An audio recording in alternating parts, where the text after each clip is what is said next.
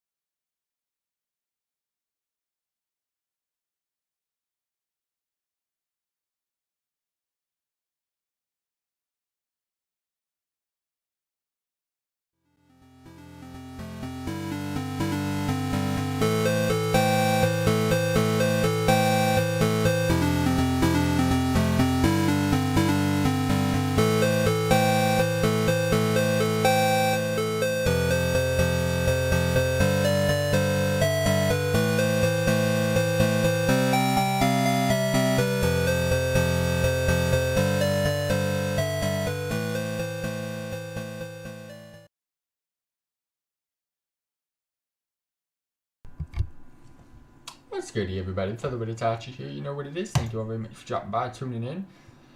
We are going to do a couple of things tonight. I'm going to start off with reacting to another BlizzCon 2023 panel. Today we're going to be doing Warcraft Rumblings at BlizzCon panel for 2023 Warcraft Rumble. Funny enough, we're playing Warcraft Rumble again today, back to back. And the reason why I planned that was simply because I'm also, as long as there's enough time, I hope there's enough time, I also plan to play a little bit of World of Warcraft. And I'm not doing like any major content because this week I'm already basically done. But I want to still continue to try to get ahead to where when the season starts, I can actually focus on the PvE and PvP content. And that's kind of like a start of something new. That's kind of like what I want to do every time there's like a new patch. Get the easy content done within the first 2 to 3 weeks. Right now, it's looking like I can possibly get the majority of it done this week. And then, of course, whatever's lingering, just do it whenever I have free time. But that's what it's looking like. So a little bit of a reacts. Warcraft Rumble sesh. And World of Warcraft. I made myself some tea, and it has a, damn it, it got stuck. Let me get it off. Has a honey stick, and yeah, I have the honey stick mainly because they're almost expired. I kind of forgot I had them, but yeah, that's what we're gonna have. So again, if you ever see me drinking, well, it's going to be tea for a bit with a honey stick. And then, that's fucking hot, boys. That's fresh, by the way. That's fresh. And then, when I'm done, I can go back to my RC because Coke and Pepsi are hella expensive right now. Even Shasta was hella expensive. I had to go RC. I prefer RC over Shasta.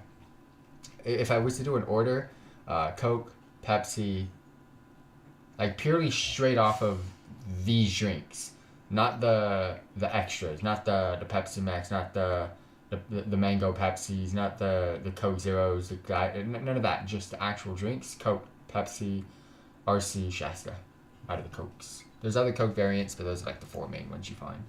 But let's go ahead and have some fun. If you guys want me to react to anything, let me know.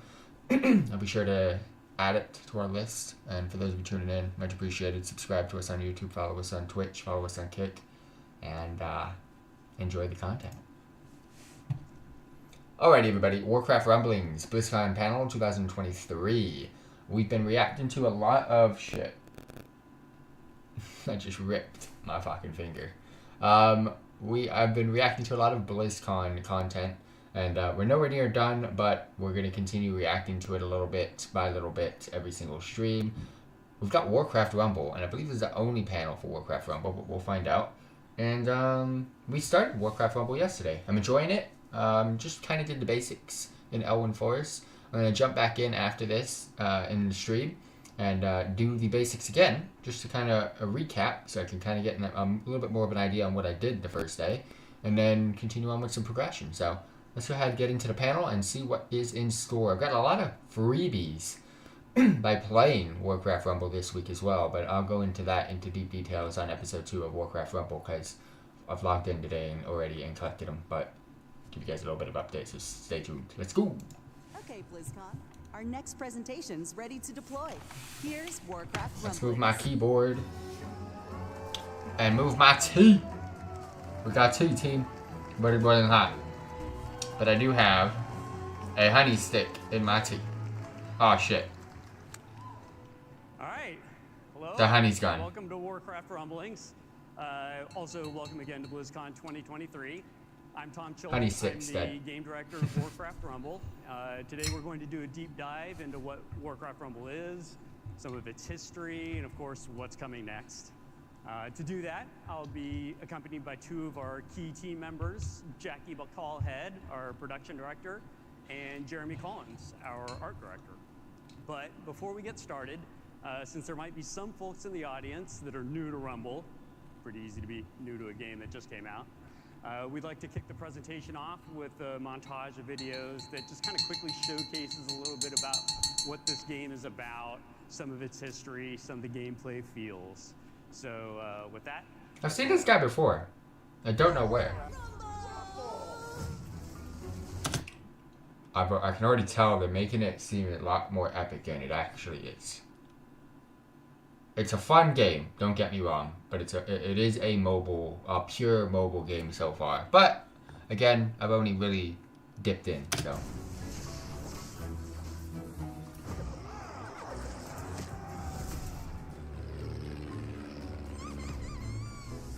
It's a action strategy game that takes place in the basement of the Hearthstone Tavern. Originally constructed by gnomes, the machine prints miniature toy versions of the iconic heroes of Warcraft in a specialized mold chamber deep in the guts of the machine.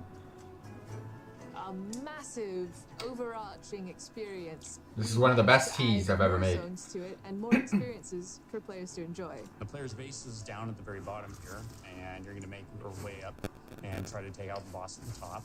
We've got ourselves a meeting stone on the left and a tower on the right, and then we have these gold nodes. And the gold nodes can be harvested by mining units in order to collect gold, which is sort of your core resource for deploying units. YOLO! It's do or die here, YOLO! folks. It's do or die. Yeah, the sappers. Woo! Joyful chaos, folks. That's joyful chaos right there. Enjoy the joy. Enjoy the chaos. The chaos, it never ends.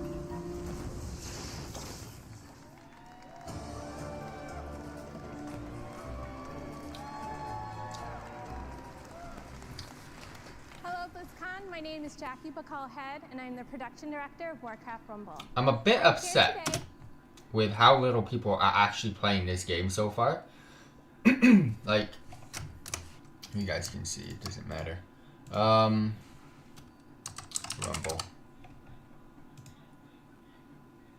8.8k followers, 961 viewers. It's so little. It bothers me because I actually hope this game To succeeds. talk about And I'm gonna what try Warcraft Rumble to is. help that happen. So, as you can see from the video we just watched, Warcraft Rumble is all the things. We wanted to make a game that had a lot of different things for many different types of players. So I'm here today to talk about just a few of the things that make up Warcraft Rumble. So first off, we are a tower defense and offense game. Not only do you have to protect and worry about your base, mine for resources, source your army, It's a but you solo must also MOBA. attack your opponents or boss to claim their base. Solo You get to MOBA collect a mobile whole game. bunch of mini versions of Warcraft heroes you love. We've got a large campaign, and once you get high enough level, we have a challenging heroic campaign mode. We also have PvP for those who love competing against others. And for those who are most solo players, like myself, Yay, you can me. hit up a dungeon or play Arclight Surge. You can sync up with friends in a group chat and join a guild. It's not out And yet. then once you're in a guild, you can work together with your guildmates to win the guild war test each season. So these are just a few of the areas that I'll touch on in more depth, but otherwise, please feel free to head over to our Rumble area and check out the game yourself. One of the fun things you get to do is build strategic armies.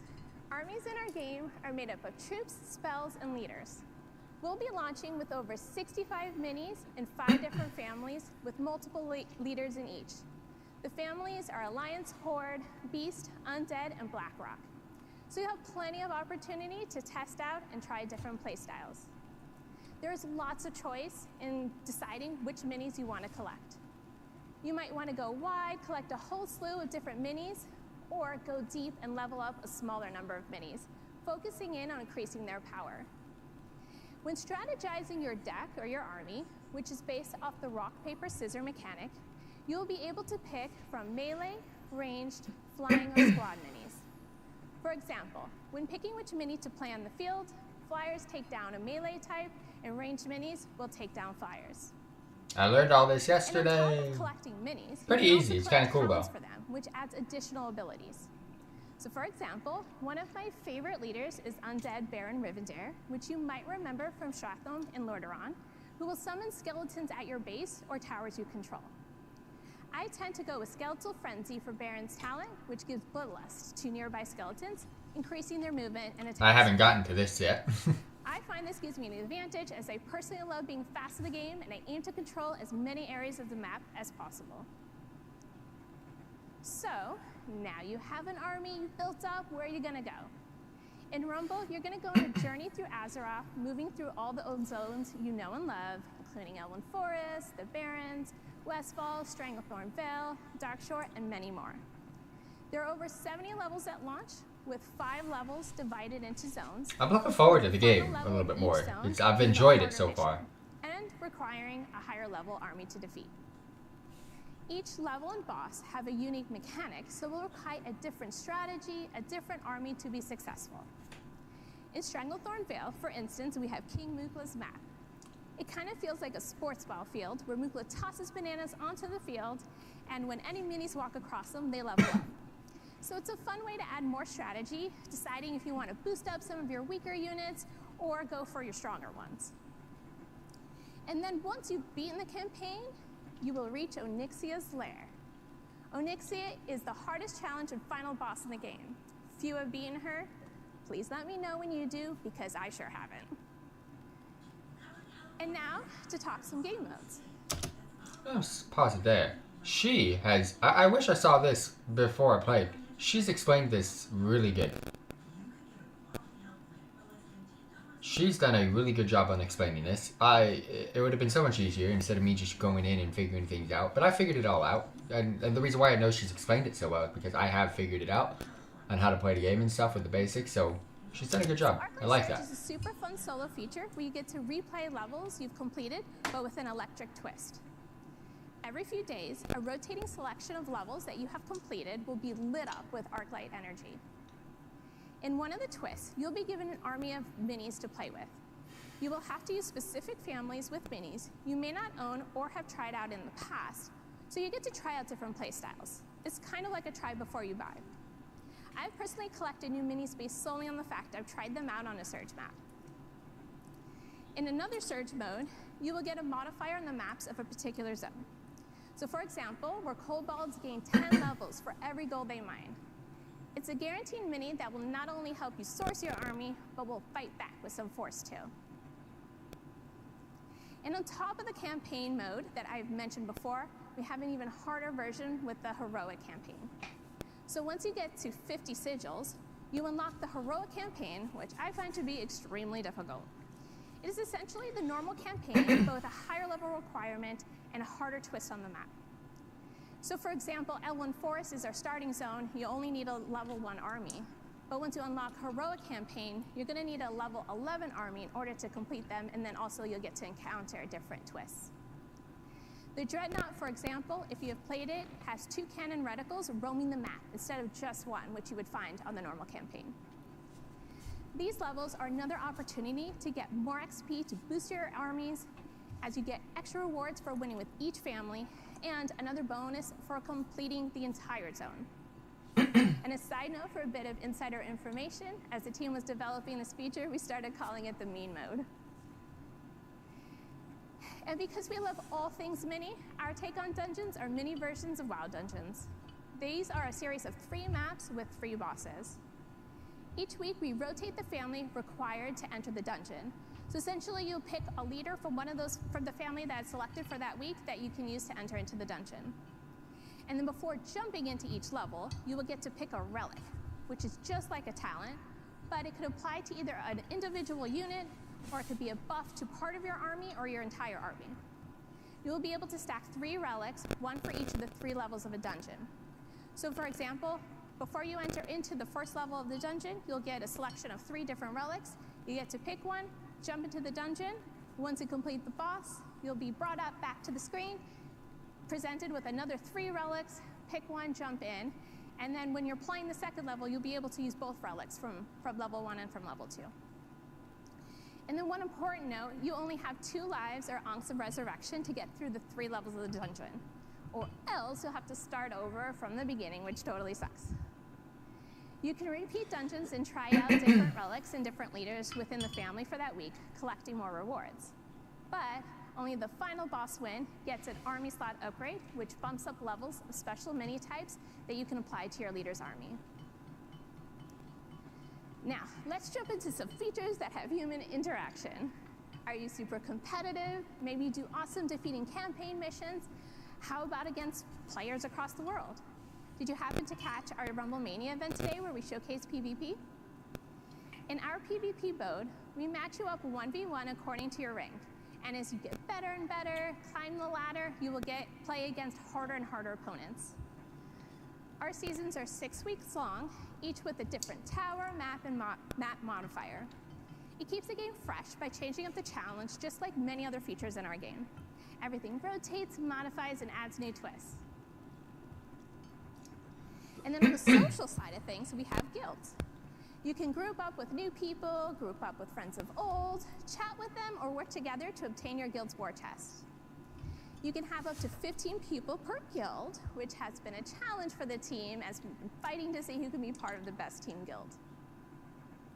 And taking a moment to dig into guilds, there's a feature called War Chest, which resets every season. This is a group effort from the guild to play Arclight Surge missions and PvP matches to collect points to turn in for rewards. You get to play with, so if you use different family leaders, you will collect points for each of those families, and together that will combine for an even bigger reward. You can keep track of who is helping to gather points in the War Chest screen. Push your friends to go, go, go, do their fair share of the work so everyone can reap the rewards. I don't think it should be a guild-only mechanic for war chests, because it's a mobile game, and mobile games are known for being solo, primarily. Take Summoner's War, for example. You can take advantage of everything without being in a guild, except guild content, of course. But you still, the rewards are, you can still earn them, or pretty much get them in solo, so. And with that, this is the end of my quick summary of Warcraft Rumble. Please. We have tons of features for you to try out, learn, and master, don't make guilds and OP. many more ideas yet to come. Is what I'm saying. The team and myself are super proud of the game we get to share with you all, and hope you enjoy it as much as we do. Next up, I'd like to hand it over to Jeremy, our art director, who's going to go over the history of the game and a little bit behind the scenes. She presented that good. I've enjoyed the game so far, even though I've only played it once, but I've enjoyed it. Tie-dye man. What's going on? Hey, everybody. Thanks, Jackie. What's up, everybody? I'm here to chat a little bit about discovering the art style and gameplay of Warcraft Rumble, and a little bit about the team who kind of put it all together. Warcraft Rumble, like many game projects, began with an idea. What if we could make a game that miniaturized Azeroth into an experience that celebrated the epic majesty of the Warcraft universe and the fun moment-to-moment gameplay of modern mobile games? Making RTSs has always kind of been part of Blizzard's DNA, stretching all the way back 1994. Some of you may have not even been born back then. Orcs and humans. The strategy genre has been evolving ever since then, and we wanted to evolve with it. Tabletop war games were a very big early influence, as were physical board games, like those childhood games that you had that had components of dimensionality to them, where, you know, instead of it just being a little wooden cylinder, you're actually picking up the object, molded out of plastic or something like that. Games that had pieces you could pick up and that weren't flat cardboard representations of a thing, but the thing itself. As you can see on the side screens here, we started with digital pencil and paper, often scrawling out those ideas in notebooks or on whiteboards at the studio. In those early days, the goal was really just to lay out all the ideas on the table and then start sifting through those choices that would support Rumble's core gameplay loop. But before we get too deep into making the game, most importantly, I wanted to introduce you to the talented artisans that have helped create Rumble, and let's take a short trip down memory lane with me. So here's the team. The original, some of them in the audience today.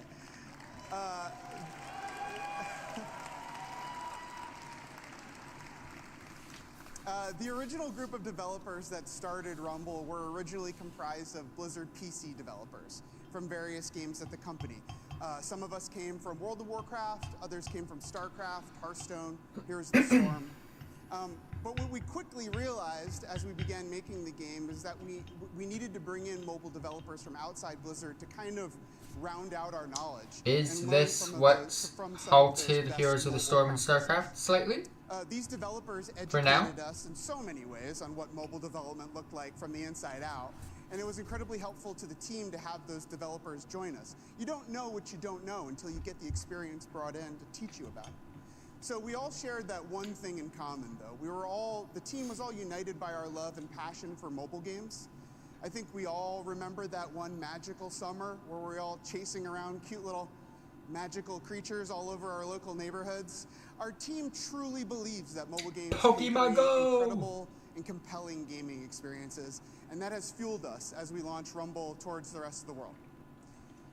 And lastly, and probably most importantly, we're all bound together by our love of Warcraft.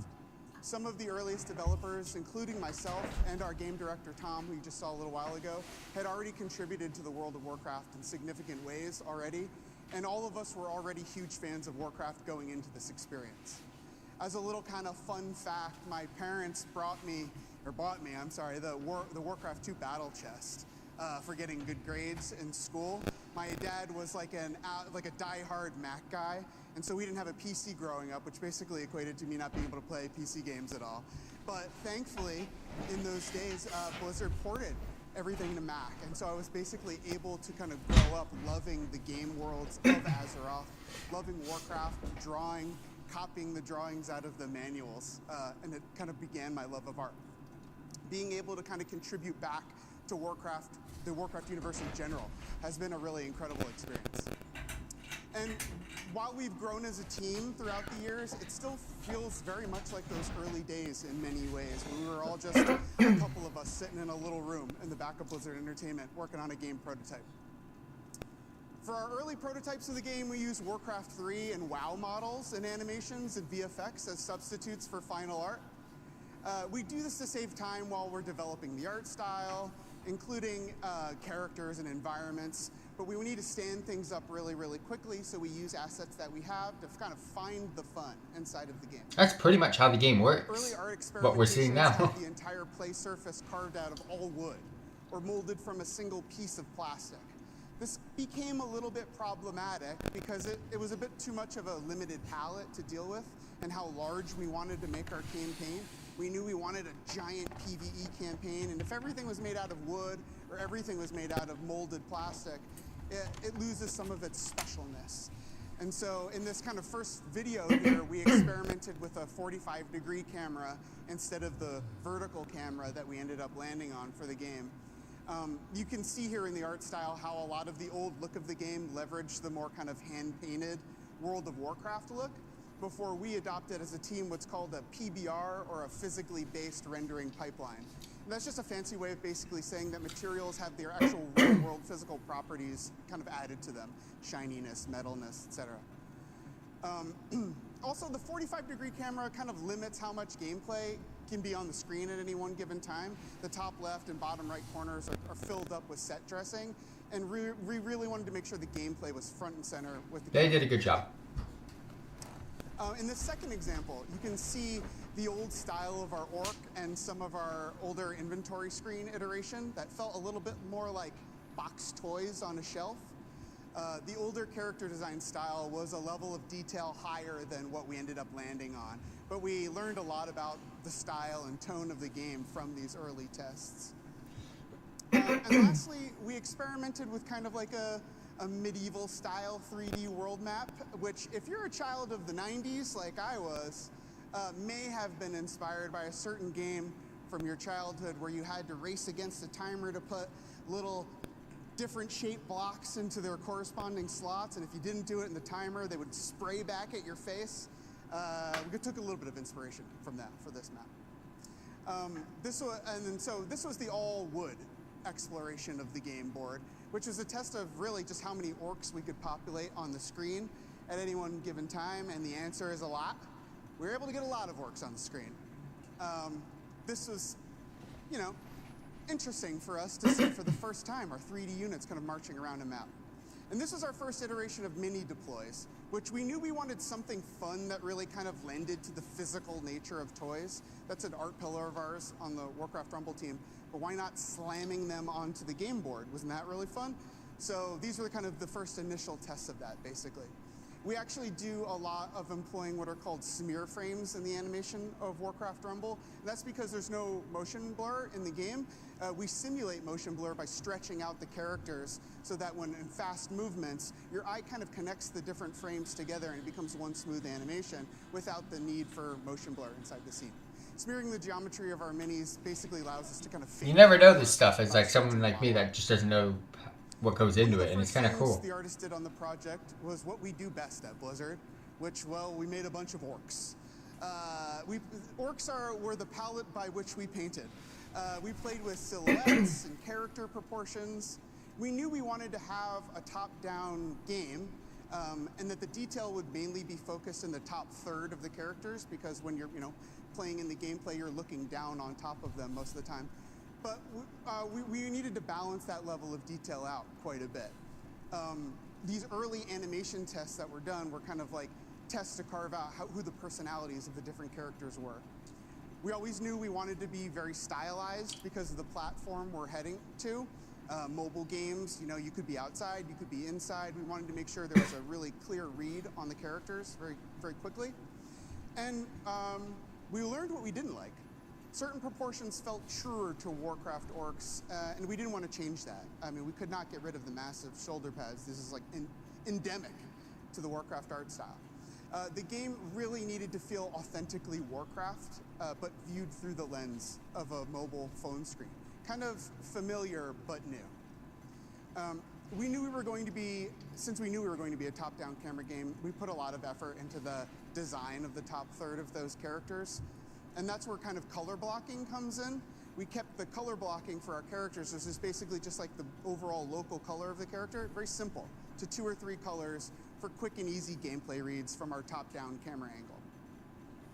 One of the main pillars of the look and feel of Warcraft Rumble is tactility.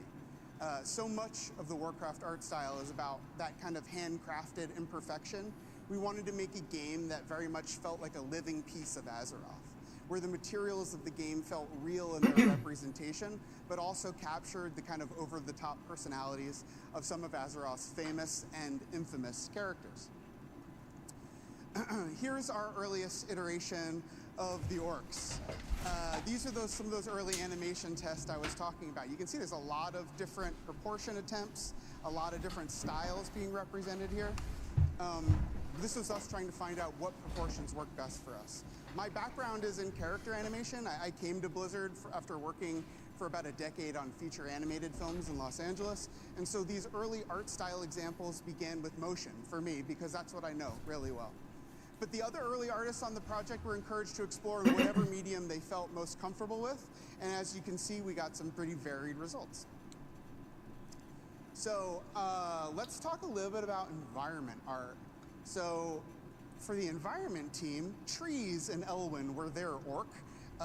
We needed to figure out what the style of the environments were going to look like, and we needed to do lots of visual exploration around shapes with strong, recognizable silhouettes, but with an additional kind of toy touch. A lot of our environmental assets are built like toys, with seams where the branches of the trees meet with trunks. We wanted to make it feel like not only were the characters toys, but the environment that they lived in were also toy play sets. And we wanted to impart some of that manufacturing process of toys into the actual final models in our game. And so that's really cool for us. Everything in Azeroth has character, and we wanted to make sure it wasn't just the characters that had character, but the environments themselves were a character in their own. The same thing is true for the UI of our game as well. Getting our mini representation down for both environments and characters was really essential to kind of understanding the art style of what we were creating. And this is typically what's called a vertical slice, which is really just kind of a fancy term for a small amount of polished gameplay that represents the broader visual look and core gameplay loop of a new game. It's basically like a little piece, a little corner of a game where we can see, okay, I get it, I see what the final product could look like. That's why you do a vertical slice. So I want to talk a little bit about the box, the actual Rumble arcade machine. We actually designed the Rumble arcade machine from the inside out. This was a very early collaboration with the story and franchise team, who make the incredible cinematics you've seen here today. And they did some visual development inside the Warcraft Rumble arcade machine. These renders right here are by an artist named Tony Bratinchevik, who we affectionately called Tony Renders on the team. I don't know if he knows that, but now he does. Thank you, Tony. Beautiful what-if concepts of the playfield and the exterior of the Rumble game machine, with lots of nods to the visual language of the Hearthstone Tavern, which is... We get to see it in World of Warcraft now in major cities because of the quest signs that they brought out. Steampunky-looking gnomish stuff that populates all sorts of fun areas of Azeroth. In these examples, we tried kind of more porcelain-style materials, but at the end of the day, porcelain just wasn't the right material. It felt a little too fragile. Like the minis, we knew we wanted them like scrapping them up on the field, and we knew we wanted this handcrafted quality to them, and they needed to take a little bit of a beating, and porcelain didn't really feel like the right choice for that necessarily. This is a bit of a lower angle where you can kind of see that even in the early days, it still felt very Warcraft, with the distressed metal and the wood, but this version of the game was maybe a level of detail too great for what we were going for, or maybe too great for the medium that we were also on as well. Smaller screens require less detail. We had to balance the visual style for the mobile platform. Mobile game screens vary widely in size and aspect ratio, and it was very important to us to make sure that the art looked beautiful, and most importantly, communicate gameplay on those smaller screens. Big from the beginning. Here's some screenshots from the all-plastic era of Warcraft Rumble. This felt a little bit too much like those board games that I mentioned earlier that were molded, vacuum formed from that single piece of plastic. It didn't feel quite right. We found that by creating different types of plastic, some more matte, some more shiny, some rougher, some smoother, that was our way of creating. I was gonna say, I think they took a balance of everything for the collectible minis inside for the final product. Kind of vary up the overall materials in general. Because you could see little things from each variation. Warcraft games are kind of lovingly handcrafted. We took that a step further and added some surface detail to our characters, which we affectionately called chipping. So in our game's fiction, the Rumble game machine basically prints out these kind of figures down in the creation chamber, which is like the mold at the bottom of the machine. And that's where all the minis are created, and they're pushed up to the kind of playfield. But we asked ourselves, like, who made the positives of these molds? You know, to make a mold negative, you need a positive first. We thought kind of about, you know, what tools that they might have used in Azeroth. And if gnomes made the positive sculptures that all these minis came from, maybe they used wood to make those positives. And maybe while they were making those positives out of wood, the chisels would have left little surface imperfections all over the place, leading to that more kind of handcrafted art style.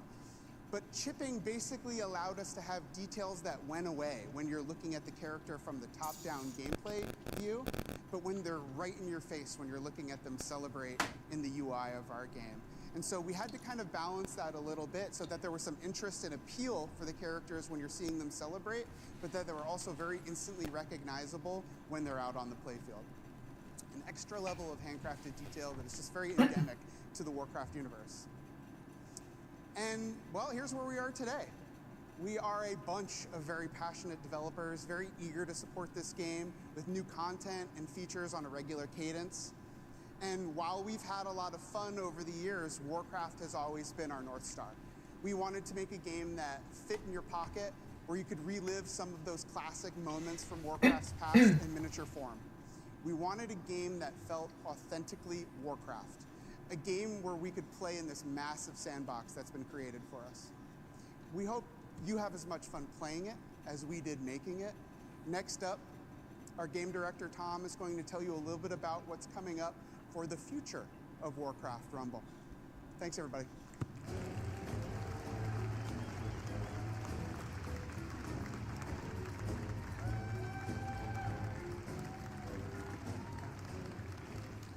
Thanks again. All right, so that brings us to what's next. And it should come as no surprise that we have a ton of new content, new features that we're currently either experimenting with or in production on. We thought it would be fun to give a preview of what the current roadmap looks like. However, it's worth keeping in mind that, you know, as all of you play the game and you develop opinions about what should come next. Seems like that happens with some of you. We expect that things in the roadmap will change to account for your feedback.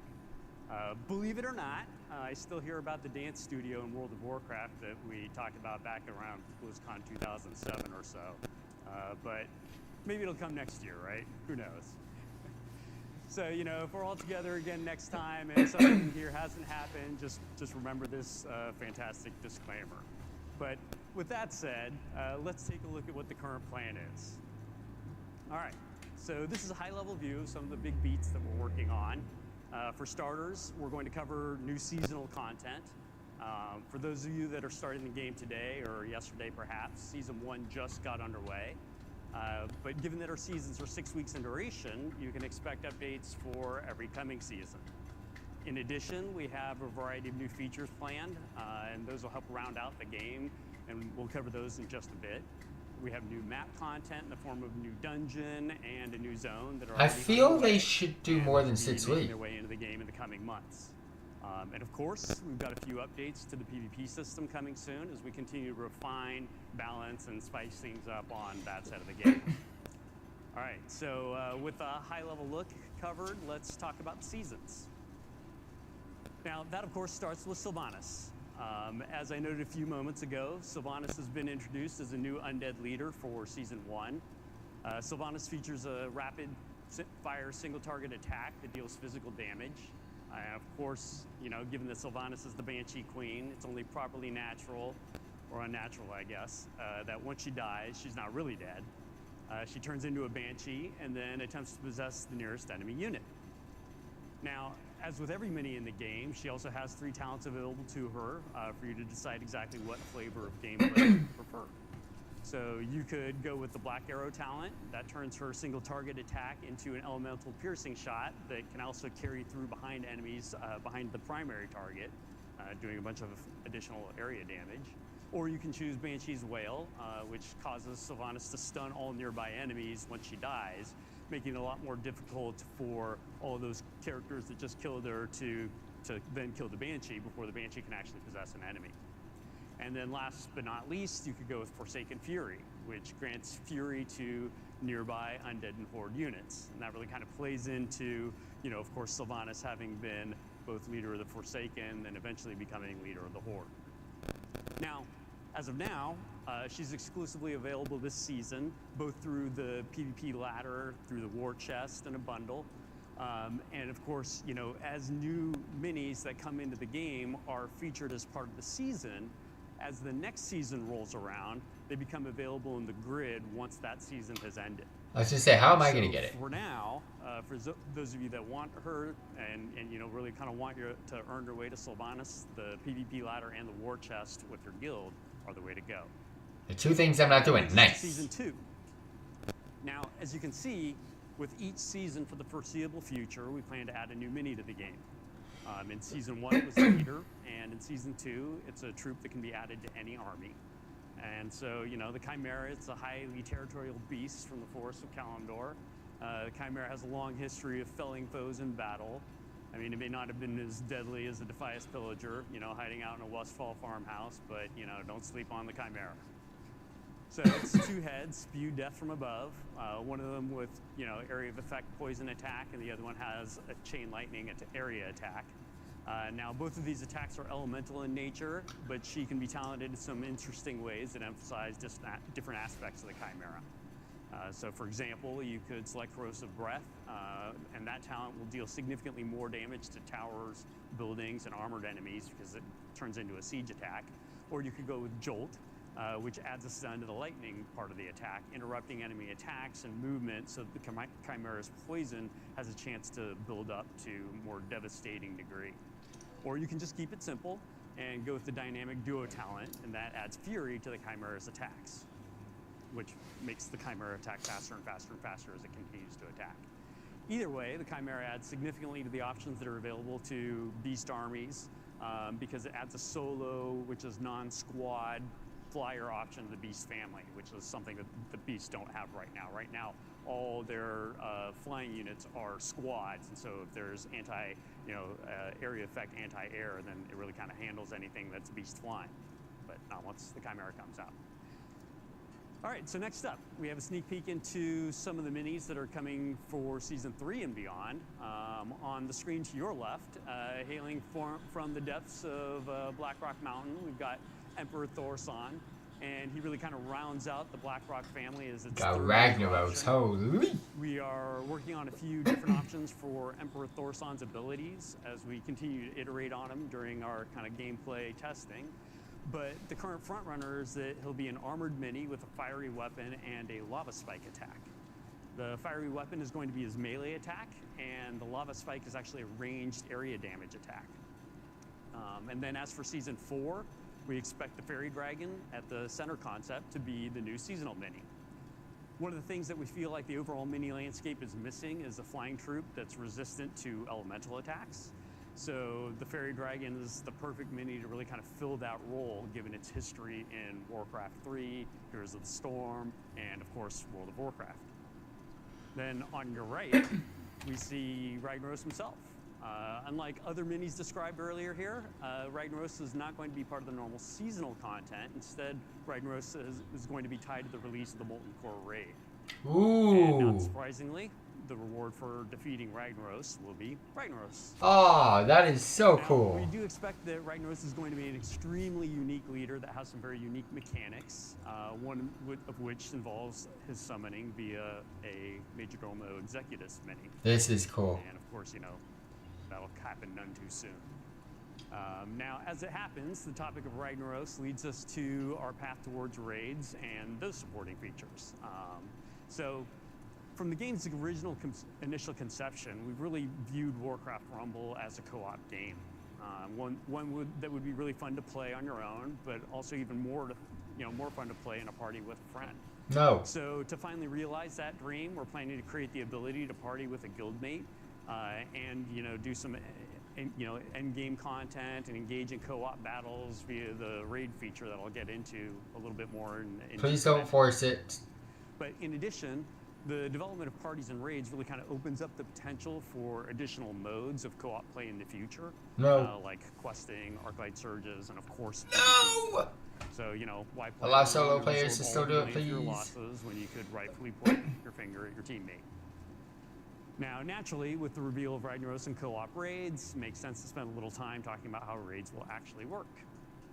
So, as I describe the raid system and how it's going to work, you might notice that there's a UI looping in the background and shows off a little bit of how this functionality looks and works in practice. For starters, raids will require the player's party with one of your guildmates in order to take on the raid.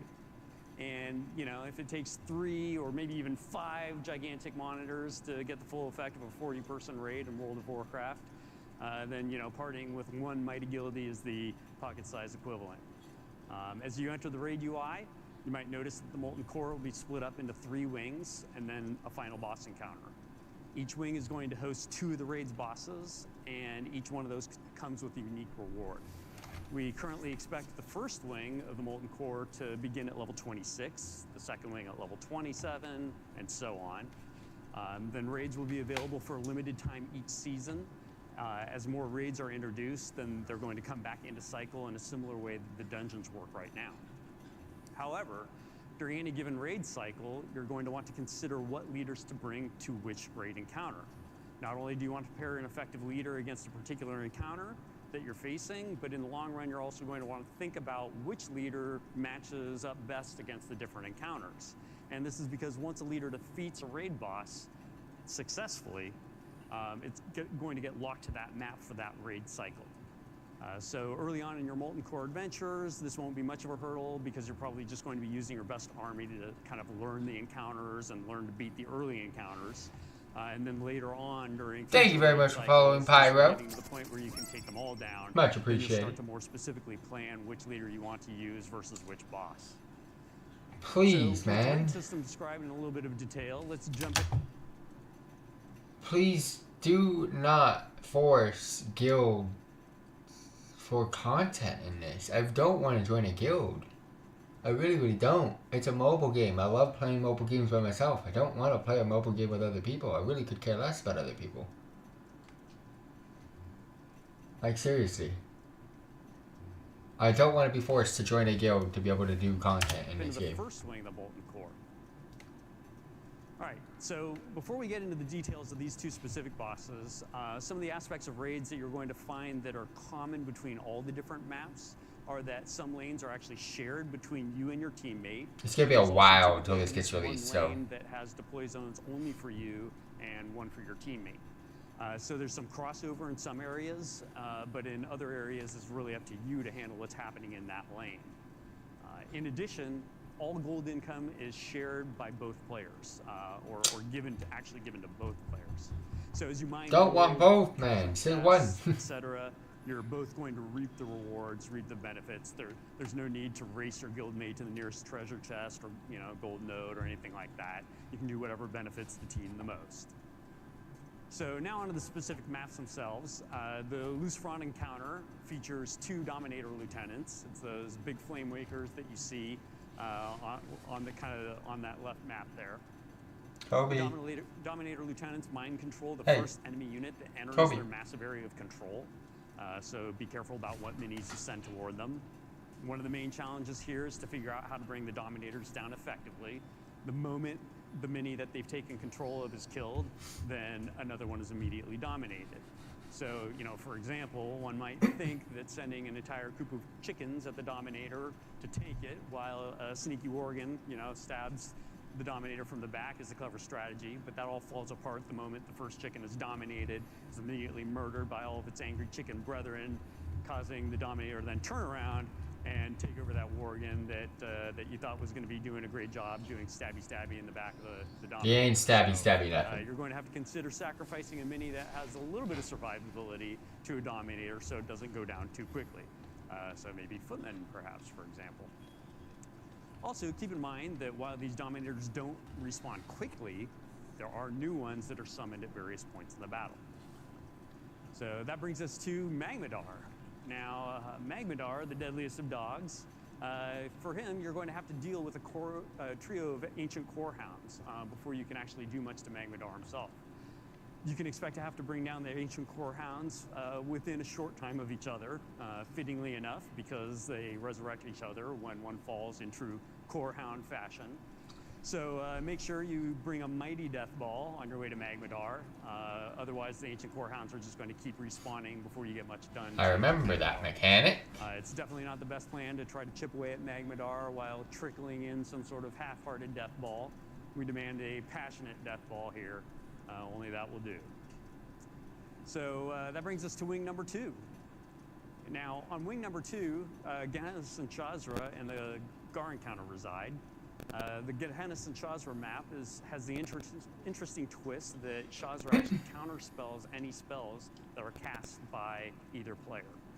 Now, Shazra, which is the boss closer to the front in blue in the screenshot above there, it can be killed before Gehenna in order to remove that restriction. So, don't bring decks or armies that have too many spells that might clog up your hand until Shazra is actually down. Or you can attempt the map without any spells at all. Choice is yours. All right, as for Gar, be prepared to bring armies that feature a lot of elemental killing ability. The streams of elementals are summoned anytime a tower is destroyed by Gar.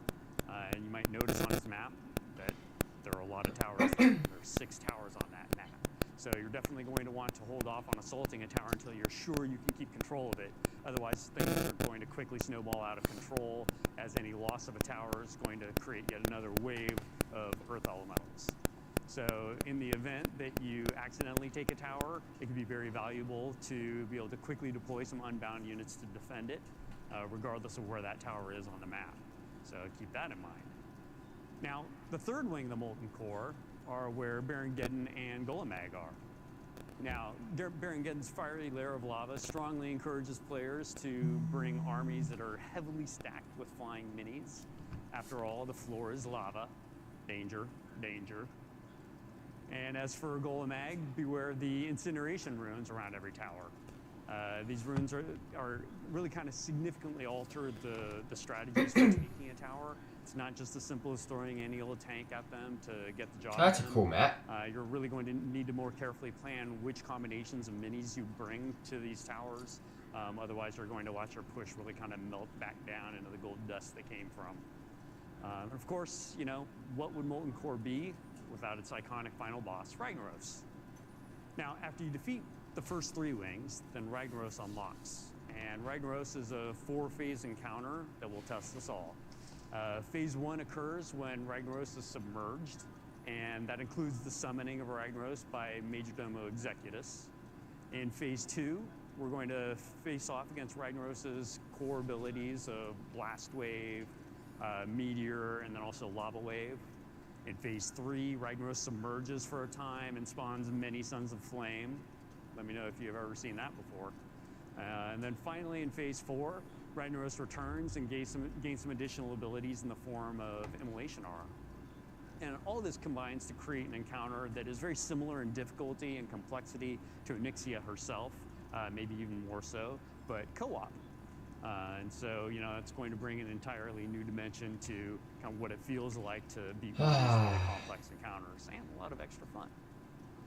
So now that we've had a chance to cover the raid system and the maps that are involved, I'm guessing a lot of you want to know, you know, what rewards there are going to be had to be earned in the Molten Core. I might have to join a let's cover guild. some of that. Now, each wing features powerful and in most cases unique rewards. For example, for clearing the first wing, you'll unlock a boost slot for an army of your choice. The boost slot allows any mini that's placed into that slot to be boosted to a base level of 20, which is the maximum level obtainable via XP. And this gives you massive army flexibility. You know, if you want to try out a mini you don't normally use, no problem. If you just bought a new mini from the grid and you haven't leveled it up yet, no problem. Just, you know, slot them into that slot and have fun. Gives you massive amount of flexibility for really kind of playing around with different army compositions. Also, for clearing the second wing, you'll unlock a legendary tome and a legendary core. You know, the raids in the PvP ladder are really the way to earn legendary cores that you'll need in order to finally upgrade a mini to its highest rarity. In addition, for every 2 raid bosses that you bring down, you're going to earn some Valor, and you can use that Valor to upgrade one of your gold army slots that you earn via the dungeons up to a platinum slot. And then, of course, for the final reward, as I already mentioned, you're going to be able to unlock the Ragnaros leader and earn additional star points for defeating Ragnaros, and increases rarity up from, you know, uncommon to rare, eventually epic, legendary, etc. So prepare some subtle but effective ways to tell your favorite guildmate to stop standing in the fire, so you can get more cores from the Molten Core. All right, so with raids covered, let's move on and talk about some of the new Dungeon and Zone content that's coming on. That's the only negative so far, is they're forcing co-op.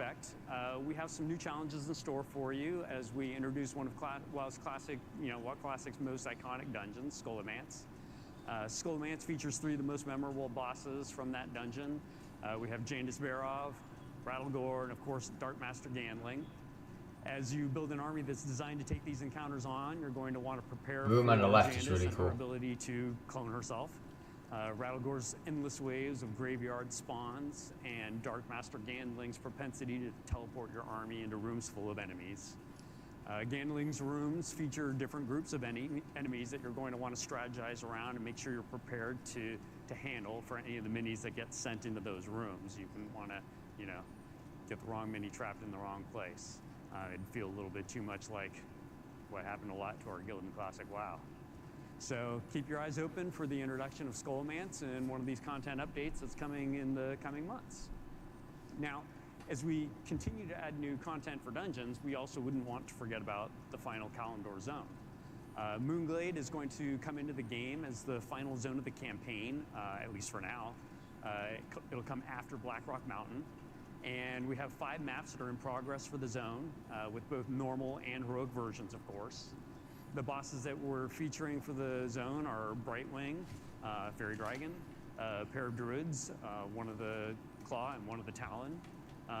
We've got Brumaron and Ysera, and also Cenarius. And so the normal version of Moonglade is actually going to range from level 16 to 17, and that's going to put the heroic version starting at level 26 and ranging up to 27. So with a lot of the new PvE content covered, let's actually move on to our next topic, which is PvP. Now, we've got a handful of updates and improvements that are in store for PvP that we'd like to cover today. For starters, we're updating the seasonal rotation system to actually randomize which map gets selected on a per map, per battle basis, rather than featuring the same map for an entire season.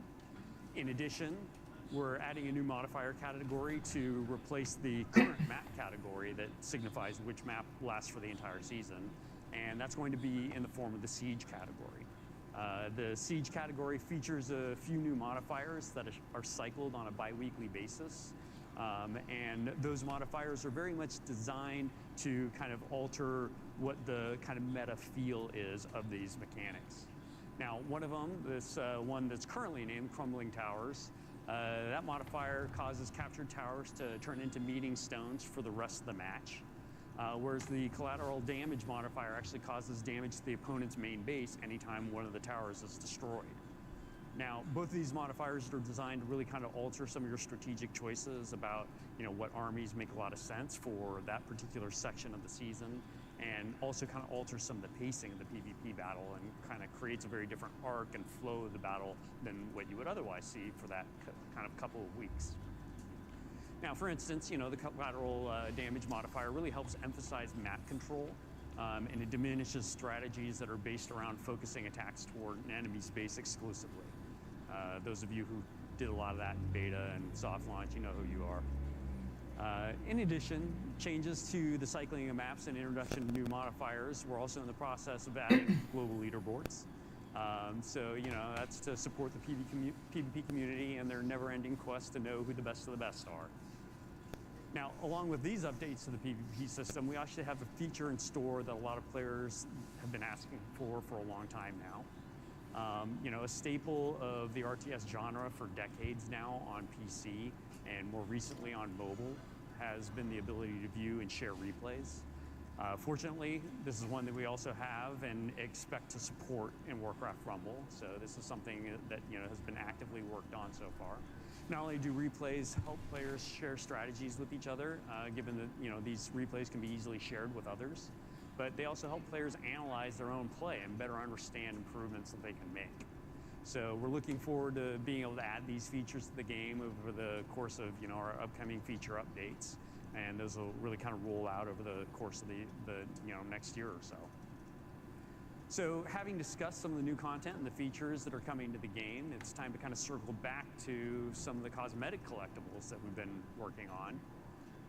Each 6-week season actually will feature the ability to collect new cosmetic items via the war chest and also via the PvP ladder. In our current rotation, every other season is going to feature a tower skin as one of the war chest cosmetics. With the current upcoming season is actually the Judgment Tower set, so you'll see that in season 2. And then you'll also see some additional seasons. The question is, will we be able to get them after the season? Every other season that happens after that, season 4, etc. Now, as one might expect, we're also going to want to see some of the classic Warcraft tower architecture from the Horde, the Undead, and other races, and we'll be seeing those also soon enough. Then, to go along with the tower skins, we also have a ton of new emotes on the pipeline. In our current plans, the new emotes will be added to the PvP ladder each season, and every other season there's also going to be an additional emote in the war chest. Now, maybe not surprisingly, the overriding focus for emotes is actually to just create emotes that feel really fun and expressive of the characters that are in question. In the middle screen behind me, you can see some of the new emotes that we're planning to introduce soon, whether it's the Mecha Kobold, Garrick Padfoot flexing his favorite tattoo of himself, Murloc's Mighty War Gargle, Safe Pilot meme, Board Anixia, Steaming Pile of Reek. You can expect a emote for every occasion. Now, that actually brings us to our final type of cosmetic, which is our first foray into skins for characters within the game. And we're going to be starting off with the Lowly Kobold, since that's a mini that everybody has right from the start of the game's earliest moments. And to do that, we're guessing that a lot of players would enjoy having the ability to theme their kobold along the lines of the primary families of the game. And so we'll be making the family-themed kobolds available for collection soon. And of course, as we continue our additions of new content, we're also going to be exploring ideas like leader skins. But that's a story for another day, so stay tuned for that. So that really kind of concludes our look into Warcraft Rumble, its history, and what's coming on the near horizon. We honestly couldn't be more excited for everyone to get their hands on the game, and we'd especially like to thank everybody here for joining us here today. If you haven't had a chance to check out the Warcraft Rumble area yet, it's over there in the Warcraft section of the convention. Have yourselves a great time with the game itself, photo ops, and of course community events. And more than anything else, I'd like to thank you again and just say good luck with all your rumbling. So thank you all. Cool. Pretty cool. Looking forward to it. I mean, we're going to play some right now, so I'm looking forward to getting in to Warcraft Rumble. So yeah, let's go ahead. Let me go ahead and set that up, and I'll catch you guys in a bit.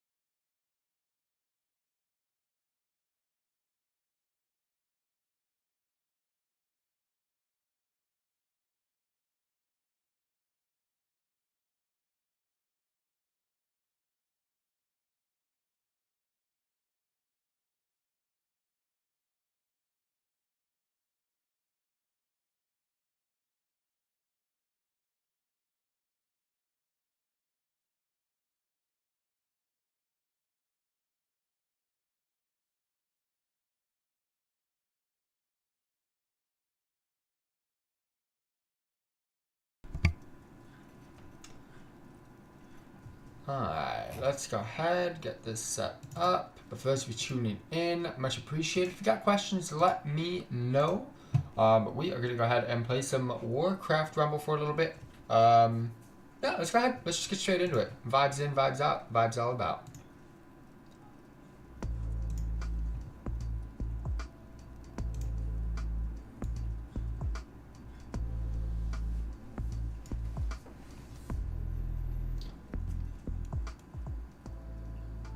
Alrighty, everybody, let's go ahead and get into some Warcraft Rumble. I'm going to kind of go through everything again in this second episode to kind of give you guys a little bit of a heads up, because there's been some updates, not in the game, but in regards to me logging in this morning. I actually got a couple of free things. I got some free things for Hearthstone. I got some free things for Overwatch. And I got some free things for World of Warcraft. And once we play those games, I'll go ahead and show you guys what I got for free. But I've also got some free things here as well. But I'm just going to go ahead and quickly go through everything. Because I kind of don't remember all the free stuff that I got. But we're here to check it out and see what is it that we did get free.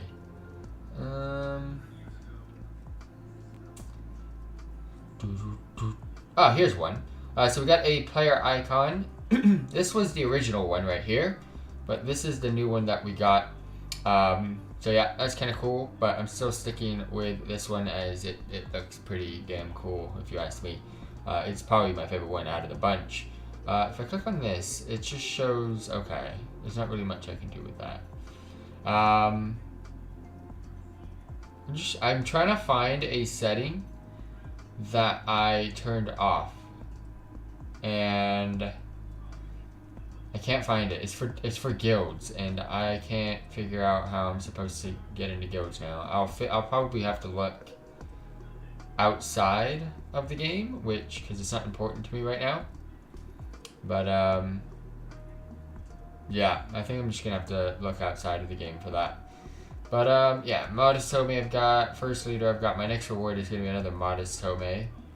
Quest to 14 PvP at 8, so those aren't unlocked yet. We got a new store items right now. There's actually one that I probably really would like to buy, but we'll hold off on that for now. It's this one right here. The skeleton party looks actually kind of cool. But again, we'll hold off on that for now. Got the daily offers. It's free. Bonus XP. Let's go ahead and take that. Noble Brute. A little Hogger guy. Or Hogger looking guy, but it's just a regular Noble Brute. How do I switch who it's for? Oh no, we'll find out. We got this. Yeah, I don't get how it chooses who to choose, but it is what it is. I'm not going to go into deep details on these because talents are locked. Okay, now that makes sense. I don't have access to talents at the moment on characters. I don't think I have access to upgrades at the moment either. So I'm going to have to wait for that, which is fine. Again, I'm just trying to figure things out and learn as we go. There was something new. There was an update to my mining guys. Well, we got a tower skin. So we got a new tower skin, which you can see here. That's like my new, we got mecha towers. And then this is the new thing that I wanted to do. We got mecha bolts. We got miner skin for that as well for my kobold miners. So that was new. And I also got a new emote on the bottom left that you can see there, but I still prefer the regular equipped emotes that I have. So then we got the map. Then we got events, can't do dungeons or raids yet. And then social, but I can't get into guild. So if you guys know, please let me know. Otherwise, let's go ahead, get started, get into the content, and have some fun. Alright, so I completed the first area in my first episode. However, the way I'm going to do this is complete an area, recap it at a fast pace to make sure I can really get through things. So I've never seen the arrow before, so it just goes from zone to zone. Okay, so I'm gonna recap Elwyn Forest here. As you guys can see, Goldtooth, Mother Fang, the Dock Master, Morgan the Collector, and Hogger, and there's no other bosses here. We're gonna go ahead and utilize the same team and see how much better can we go. Goldtooth's Dynamite does massive area damage. Attack from both sides. Capture the tower to gain a forward deploy zone. Alright, Goldtooth, let's go. But again, for those of you tuning in, much appreciated. If you got questions, let me know. I'll be sure to respond as quickly as I can. And yeah, let's go ahead and get into our first fight in Elwyn Forest. Again, it also gives me a little bit of a refresher instead of going straight into some new content.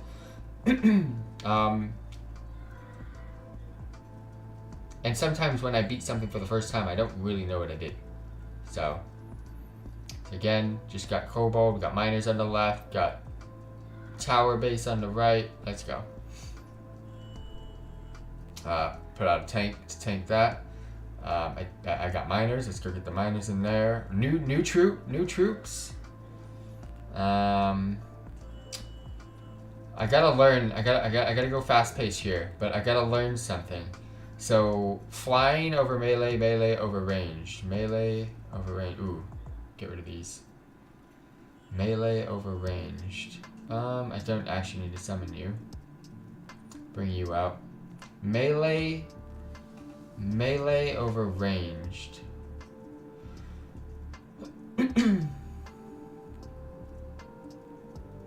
Have him go fight that. You take along with you, and then we can just start going in on this side.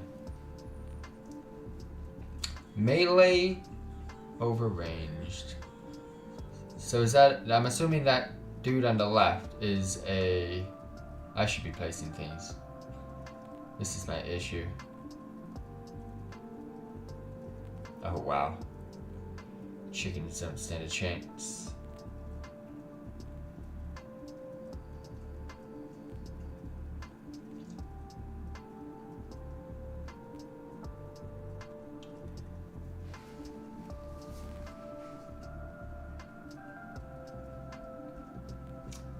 That was easily done. I gotta remember the rock, paper, scissors formula.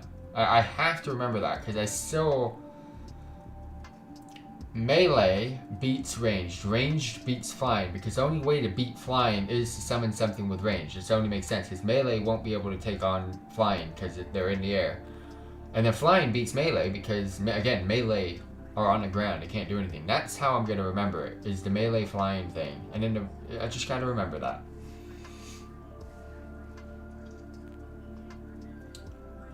Alright, let's go ahead, get into the next one, Mother Fang. Meeting stones are capturable deplay zones, but are easy to lose. Secure the high ground.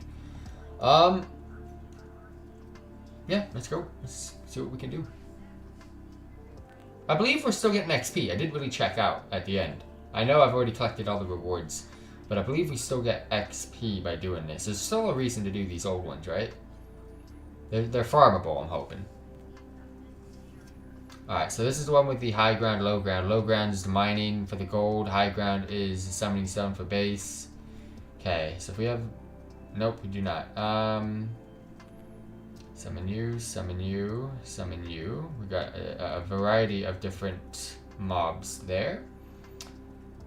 I'm gonna actually take care of these guys in 3, 2, 1, and boom. All of those are done. Summon this and summon you to go with, just in case. Summon you already, just to get a head start. Got an issue. I'm gonna have to protect the bottom, while the troops up in the sky are doing what they're supposed to be doing.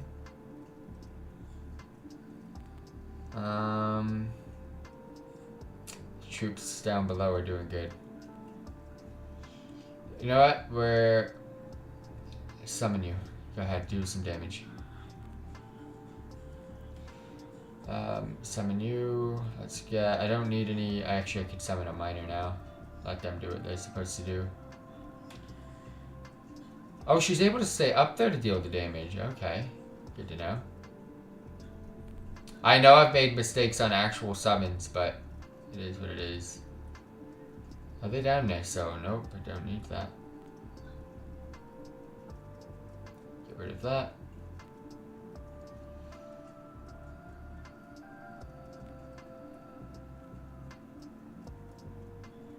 Alright, cool. Easy enough.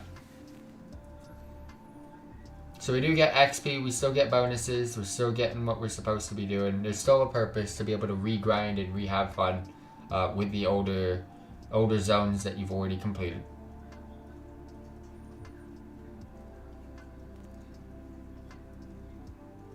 Next up, we got the Dockmaster. Use switches to control which direction your minis will travel, collect gold and avoid the barrels. This zone is basically like a teaching of the different aspects of the game. We've got the towers, we've got the summoning stones, we now have switches. It's just, and then of course every single mini has different mechanics. So much for me to have to learn so far, but that's cool. That's what's nice about a new game. I mean, you don't want to just go in and be like, okay, got it, we're good. You get to learn new things, so it's kind of cool. So you get the summoning stone on the right, switch on the left, mines on the left, and one node on the right. We got the brute on the left as well, which you don't really want to run into, but if you can take them out of the way, you can take them out of the way. Let's go ahead and get straight into this. I believe those are melee down there. Let's throw a tank with you just in case, and to be honest with you, fly in, do some damage. Let's go. Go ahead and start mining, because I'm going to need those nodes ASAP. Put you to the right. I've made a mistake there, but they can still do some work. I'm actually going to put them straight just to get rid of that.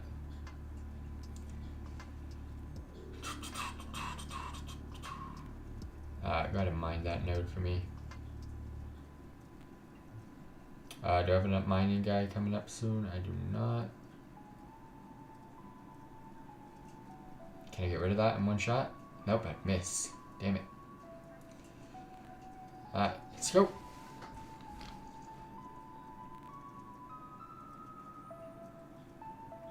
I'm making mistakes because I'm making mistakes.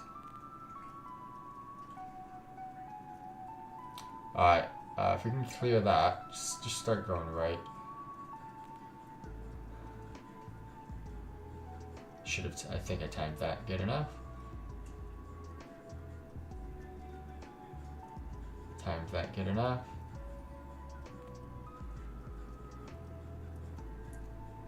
Take care of that, please. The issue is I've got the summoning stone, but it's like I don't need the summoning stone right now. Damn, they ruin my guys so fast.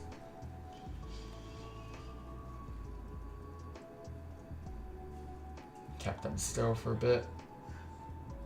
Perfect. Okay. Now we just gotta wait.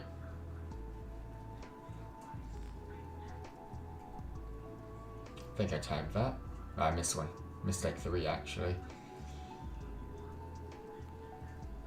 Finally, I got a cobalt miner. I've been looking for that for a while. I'm waiting for the 4 here. Gotta tank these guys to keep them out. I think he's gonna be able to do some damage, so let's start bringing some troops up front. I made a mistake. I put him a melee against the flying. Again, I've made a mistake. I already can see that. Go ahead, do some work.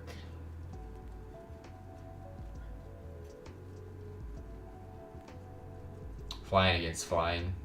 I mean, that's all I can really do right now. Oh, god damn, bro. Do some work. I'm just gonna have to go for it. Oh shit, they've taken it.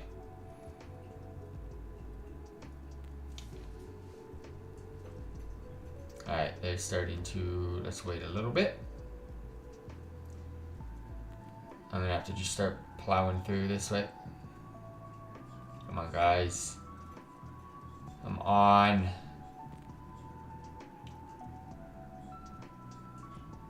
I'm not gonna do it. I one-shot this last time. 2 times gold incoming. Alright, let's just go forward for it.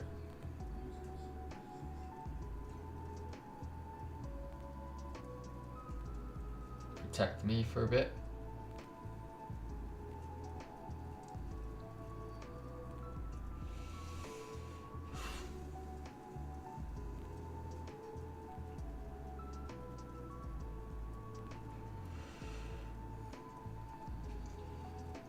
Not going well.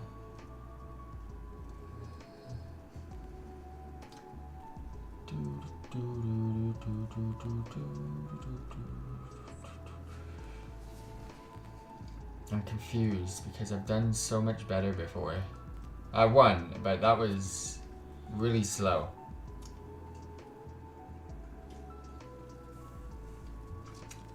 I'm struggling this early in the game, man. What's going on, dude?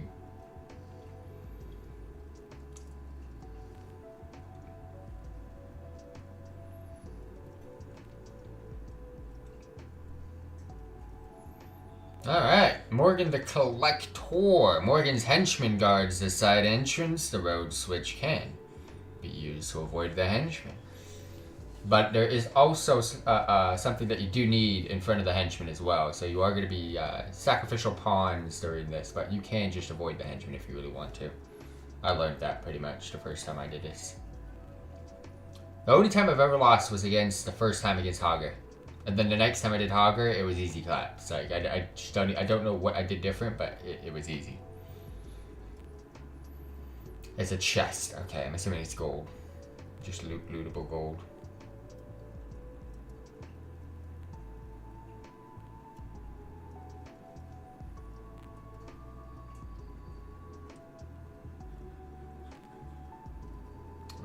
You know what?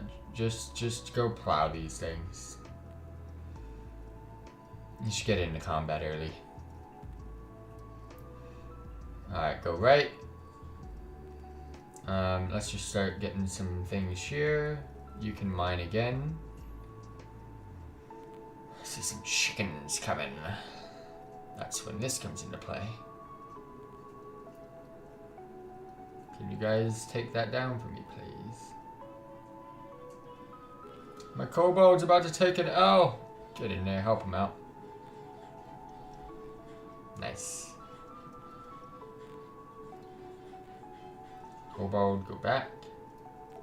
When you're running low on gold, that's when kobold comes in, but these chickens are pissing me off. I want blood mage.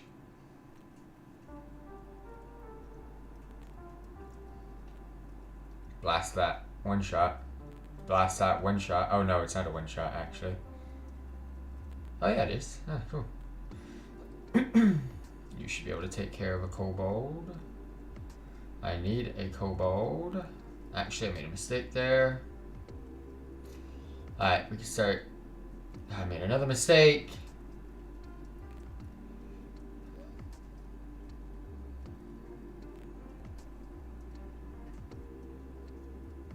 Oh, I just realized. There's a, oh, he's almost dead. I could just, yeah, summon this. I could just plow. He's basically dead. No, can't summon that. I know I'm taking damage in a bit, but he is dead. But I just realized there was a mining node on the left-hand side of the map.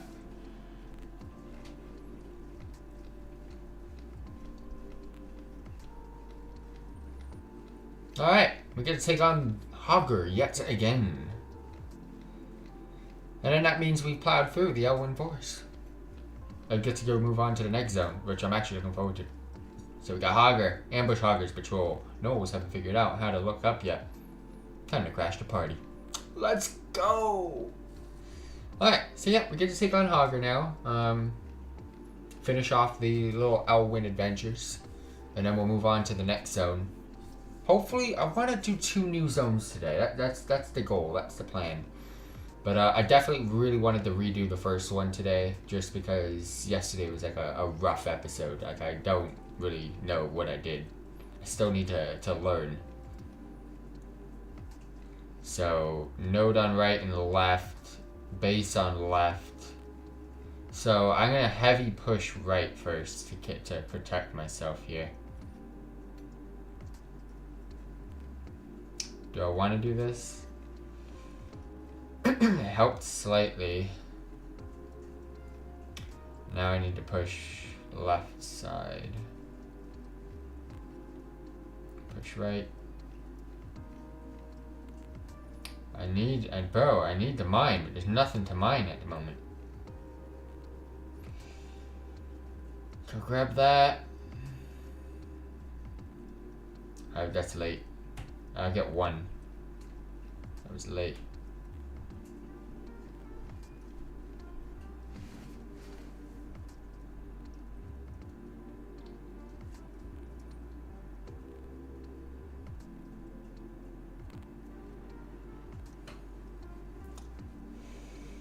I need a mining element right now. I'm gonna have to sit back and relax for a bit, to be honest. I'm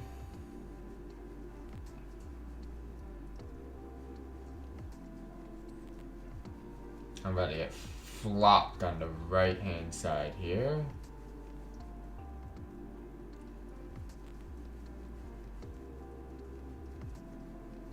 I'm dead. Wow, this is what happened yesterday. This is what happened yesterday. I don't know what I made it really, look really, second attempt, it was just extremely easy. First attempt, I don't, I feel like I really need to take care of the right though at the start. And that's what I tried to do and it just wasn't. I'm gonna do one thing different. I'm gonna get Blood Mage out quicker this time. Tank, I don't have a Blood Mage. They should be able to do enough damage to be able to take care of those pretty quickly. With the tank and the range, throw that out as well. But now I have an issue with, I'm getting flopped on this side. So now I have to summon him and yeah. I'm waiting to be able to mine. You know what? No, go that way. There we go, mine. Just get you out ASAP. Then not kill it. Oh, get you out as well. Blood Mage. I gotta wait a little bit. We can wait though. Wait until we can get this, because they're not moving yet. Blood Mage, get him out. Tank, get him out. Kobold, resupply. That's what I did yesterday. Okay, it's a full wipe. I don't need to try. That's what I learned yesterday. Okay, I'm playing the game too much. I need to just really go for it. I was playing the game way too much on that first attempt. I was like trying to tackle the ads before the boss. Just go all out and do it. All right, that's Elwynn Forest though. Go ahead and see what zone is next. Alright, we got Westfall. Okay, so this is now my first time in Westfall. Continuing from Elwynn Forest. Again, I did 2 attempts on Elwynn Forest. The first time it was like a test. I didn't know what I was really doing. And then I just did Elwynn Forest again. But got Voltros. Ooh. That's a cool one. Scary one. When vultures kill an enemy, another will join the flock. So you really got to take care of the vultures. Okay. But let's learn from Elwynn Forest. I hope to get through Westfall today for sure. I would love to like get into a 3rd zone. Oh wow, he's massive. Oh, this map is so much bigger. Okay, hold up. So we got chest right, chest right, tower right, 2 mining nose middle, tower left, arrow. So it's a exact opposite of me, but I got chickens and vultures to deal with, and they're gonna be coming on the right. It looks like. So let's deploy right, and then possibly take left. But I don't think I want to go left. I'm just gonna go straight right side for now. All right, tank. Let's actually just get rid of these. You can go as well. Okay, so the vultures are coming this side. Let's add you. Let's deploy. Nope, never mind. We don't need. Let's deploy this over there as well. I have a feeling the mining nodes will start unlocking, so let's put them out there ASAP.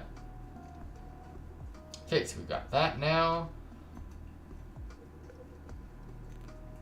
You know what? Let's just get you out. Yep, perfect timing on that. So now we've got that base. Let's actually just get her into combat to take care of those. Get rid of these as well. So it's just me on the boss. Add you. Anything coming on this side? Don't really see anything. I don't see the reason to go that way. So we got all of those guys. Let's reapply another mining, so that they can take care of the mining nodes on the way. Deploy you guys, and that's it. Alright, very easy. Cool. Can someone tell me how... Are all of my minis getting XP from this, and they're just showing one of them at the end? I don't get how that works yet. Or is that Plague Bomber dude the only one getting XP, and why? Did he do most of the work? I don't get that yet. I would feel like all of them should be getting it. But let's claim our reward. Powerful undead minis available. Tap here. Limited time store offer. Well, take a break on that. I want to focus on this because we got old Murkai here. Murkai's slithering eel chains to multiple targets. He used to be an adventurous murloc, but then he took a hook to the eye. Let's go ahead and see what we got here. So far, so good. I like the difficulty so far. It is not too easy at all. It does have a difficulty feel to it, and that's a positive right there. Oh, we got the beachy vibes, the murloc vibes. All right, so I see treasure chest right, 3 mining nodes, double left, chest right, summoning stone left, tower right. I don't see anything from him yet, except for the Tide Runners, it looks like, in the background. I don't know which way they're going to go yet. I'm going to quickly go... Summoning Stone, I feel, is easier to take. I think they're trying to entice you with the treasure chest. I'm going to go left right away with a mining node and a tank, just to plow through that. And then on the right side, we're going to summon some flying. I did plow through on that side, so hopefully they can take care of those. In fact, just quickly get through there. Help out that guy. Blood Mage can also go with you. Alright, now we can start plowing this way. Hopefully that helps. It gets that in. Alright, ready to come back. Take care of that for me, please. Mining node on the left. Don't know what's going on up there. They're all wiped out. I do have the ability to start going here, so do some damage on that that tower so I can get that out of the way. My flying should be, yep, perfect, exactly what I was hoping for. No. Fell Weaver Boy, no, that's mine.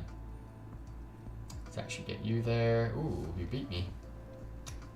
Get my hogger man, my little hoggy boy out there. He's gonna probably slap you. Little zaps. Damn it. Had to get that guy out ASAP. Have to summon that as well. And summon that. I'm getting cooked. I'm getting cooked. Sit back, relax, cause I'm getting cooked. I gotta do this. One shot, please.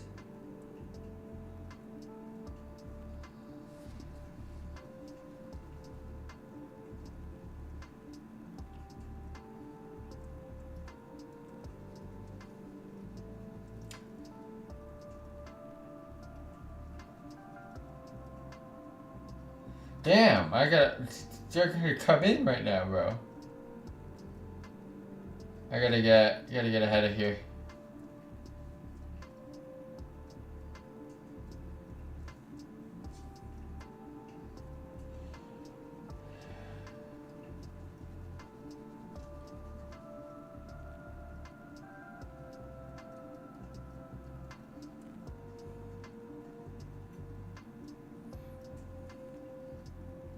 Nope, perfect. That just reset.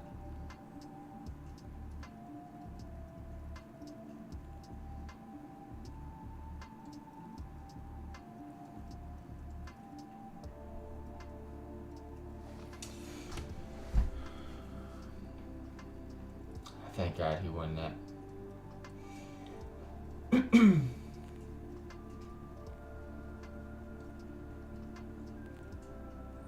I need Blood Mage. I'm ignore the right side. I'm just going on the left.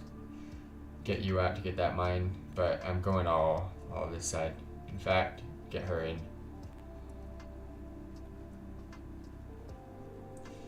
Get them out. Okay, ready? 3, 2, 1. Let's mass summon because we got extra buffs going on. Ignore everything. We're going in. I'm gonna miss. I hit some. Perfect. Blood Mage.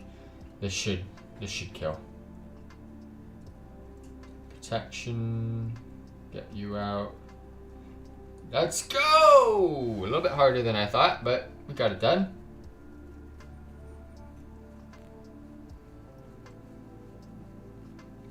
That's only the second one, isn't it? I was trying to capture both sides, but it's just stupid to do that sometimes. Like, I really want the whole map. Like, when I play a Rothy Basin, I want all the bases. I'm a guy that wants a 5 cap and clap cheeks, but yeah.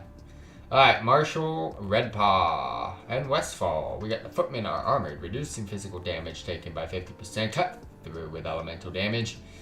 So it looks like elementals are the way to go. However, I am only given what I'm given at the moment, so let's continue to do what we're doing and try to make our way through.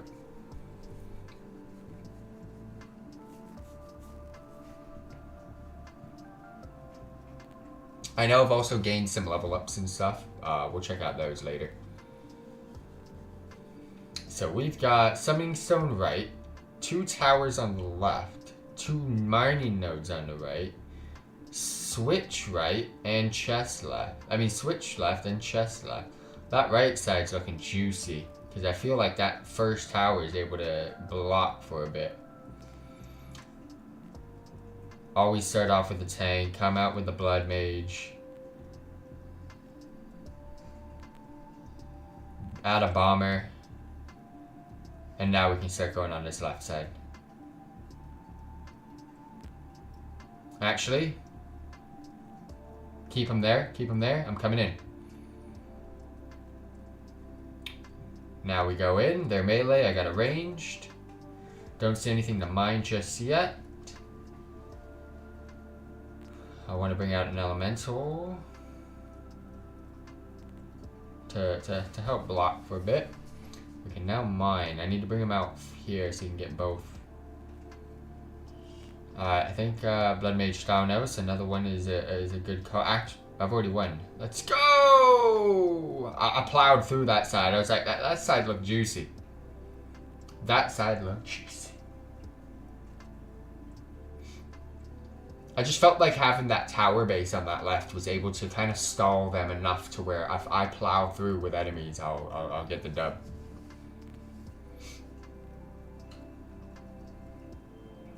I don't. Oh, I might as well claim my reward right now. Definitely left side. It's like my plague farmer. He's my bomber boy. He's going in. Right side for sure. I like this dude. He's my tank. He's my go-to right now, to be honest with you. Left for sure. She's my true flying right now. And daily rewards track was just reset. Happy. Wait, what? Oh, never mind. I see. Alright. So we got Major Tome, we got Modest Tome, and a Modest Tome. Those are our level up rewards. But yeah, I want to continue with this. So let's go ahead and get that. You unlocked PvP. Fight against other players to earn rewards and climb the ranks. So, yeah. I don't want to do this yet, please. Please don't force me to do this. Thank you. I'll check that out another time. I'm here to continue with Westfall. We've got the Foe Reaper 4K. Not 1080p, 4K. Capture towers and control the map. A spinning augment would be killer. Sounds good. How do we turn it on?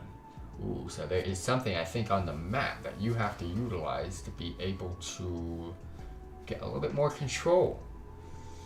That's kind of cool. I hope that's the case. I think I might be reading a little bit too much into it, but that could be the case.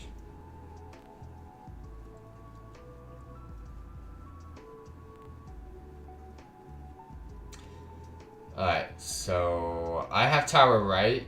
They have 3 towers. Oh shit. 2 mining nodes, but you have to actually arrow those. Oh no. Oh shit. Ah, this is interesting.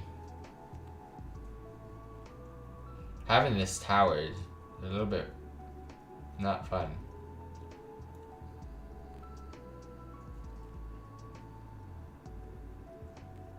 I feel like switching to switch right away.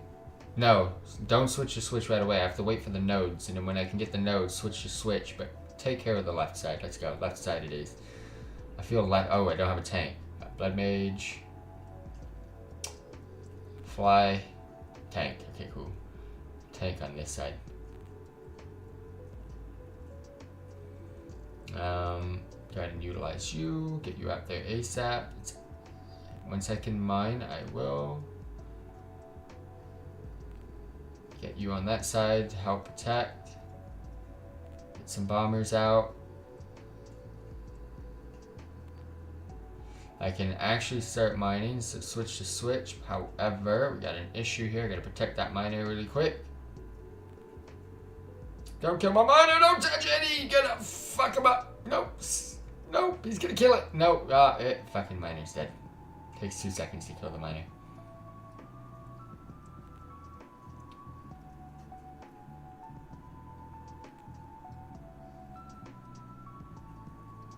Alright, I need a miner.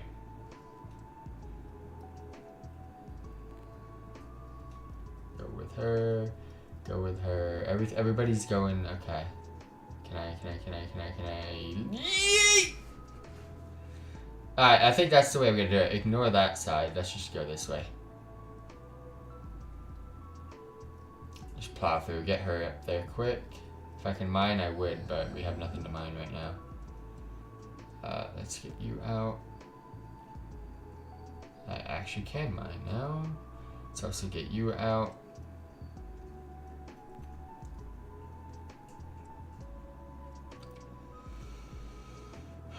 Take care of that base, guys. Come on.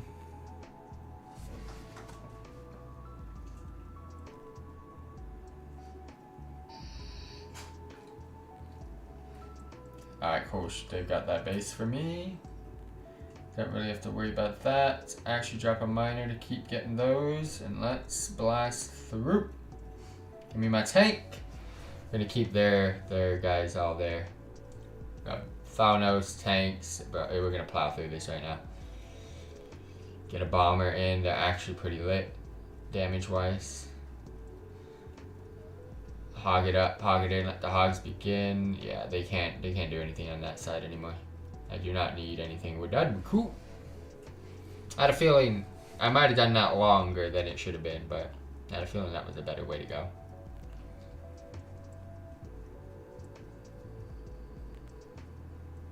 Alright, one more boss.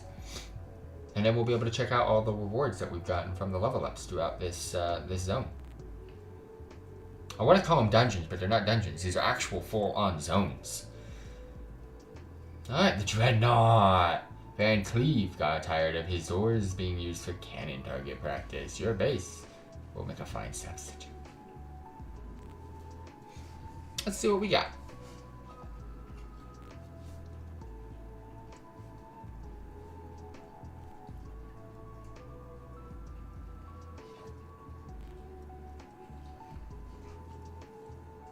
Ooh, okay. What's up, Joshua? Thank you very much for dropping by and tuning in. Much appreciated. Okay, so we've got mining node on the left, summoning stone on the left. Wow, the maps are getting much bigger. I only got one tower. They got one tower. Oh wow, the maps are so much bigger, so much more confusing. So we got treasure chest right, mining nodes left. Do I want to go far? I don't even think I want to go far. I'm just going to switch that top switch to the right and just go right. That's what I'm going to do. I'm going to attack both. I'm going to attack the left and the right, but go right. I'm going to ignore that top left side. Let's see, but where do I want to start? I think I'm going to start. If I have a kobold, I'm going to go left. Otherwise, I'm going right away. Alright, tank, please. Tank. I do not have tank. Alright, summon you.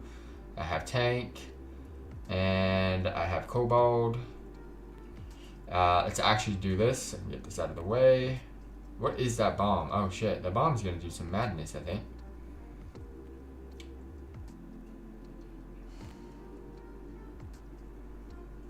Let's get her out. I don't know what to do with this.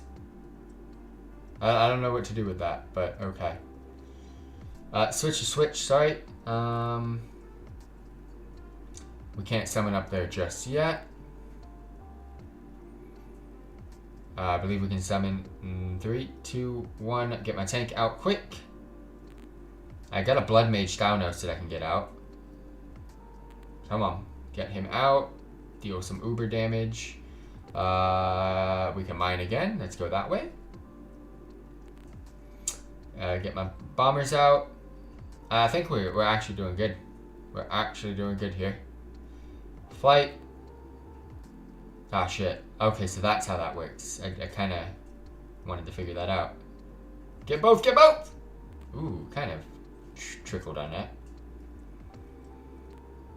I summon him. I need to protect that tower, otherwise it's not good. Get more.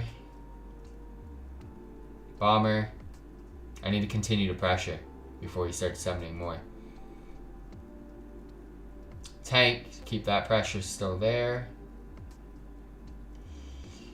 Kill everything. If I can get Blood Mage Thanos in, it's over. It's wraps. I cannot. Okay. Kill one, hit one. Oh, we killed both. Alright, they got me. They actually got me here. They've got me, what do I do?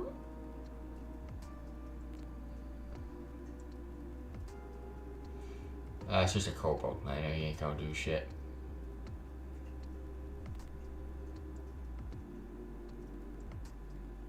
She dies instantly and it pisses me off. I'm not gonna get it, am I? Got it. I'm actually taking a lot of damage from that kobold. Oh shit, it's not just a kobold anymore. Ah, shit!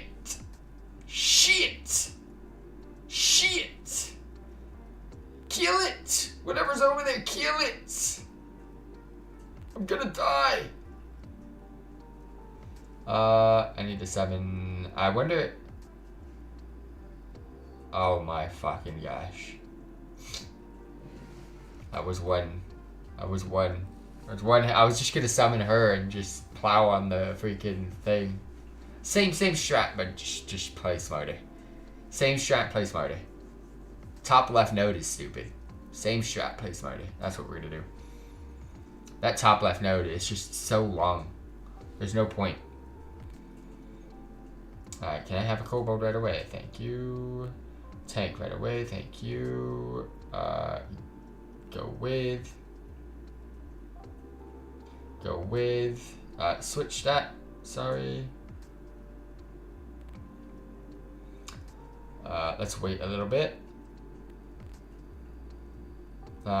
You go over there and gather that, please. And now we're gonna go 1, 2, and get another kobold over here. And then we're gonna go back on this side. Go 1, get a little bit of an early crack on that. 2, and then by the time they gather that, I should be able to summon my Blood Mage. I can actually summon my Blood Mage now, but we're gonna plow through. I'm gonna hold off right now.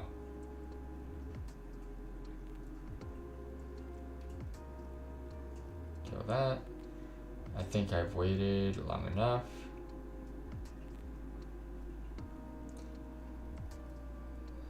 I've waited long enough. Alright, cool. We got our whole army coming through right now.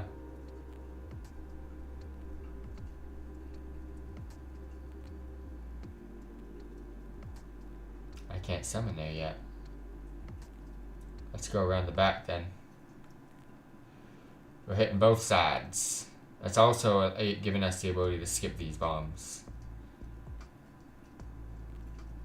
Alright, we've got this as well. This is much better. Get you out. We don't have any reason to mine. I am going to get a Blood Mage out because he does so much damage. That's like his only good thing. He dies really quick, but he does so much damage. No, let's not even worry about mining. Let's just go.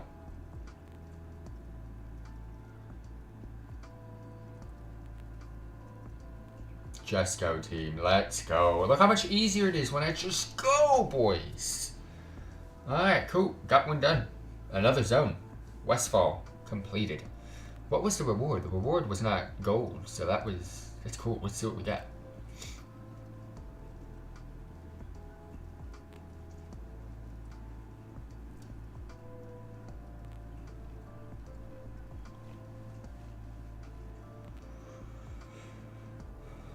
Alright, we've got...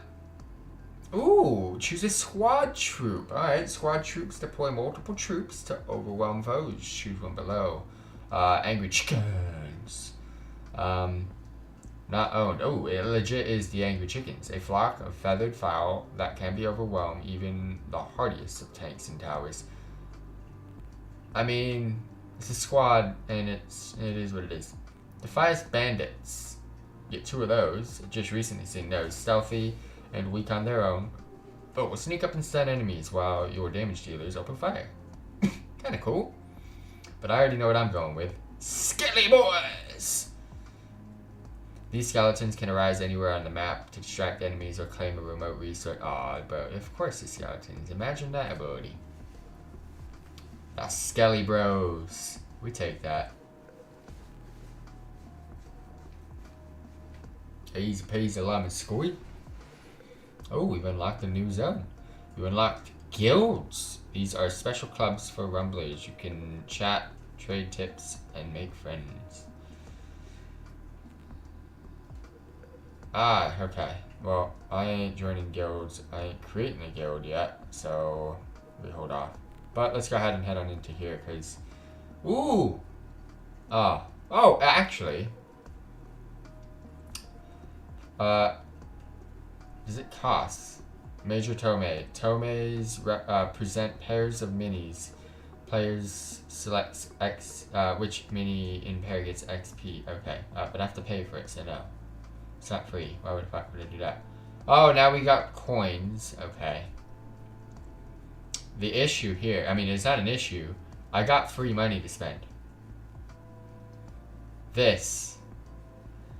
So, bundle details. A new mini, the level 5 common meat wagon, a +1 star siege engine longest range, new mini level 5 common abomination, sturdy tank area stun +1, and then of course summon gargoyle. I think I'm gonna buy that because that's cheap as. The store is a lot. The store looks so much better. All right, I'm gonna quickly do a purchase, but it's a money purchase. So give me a second here. I have free money from my $1.99 plus tax. $1 play discount. Use it on an app, game, or in-app item over $1. Use now. Oh, fuck yeah. So it's a free $1 off. 99 cents now.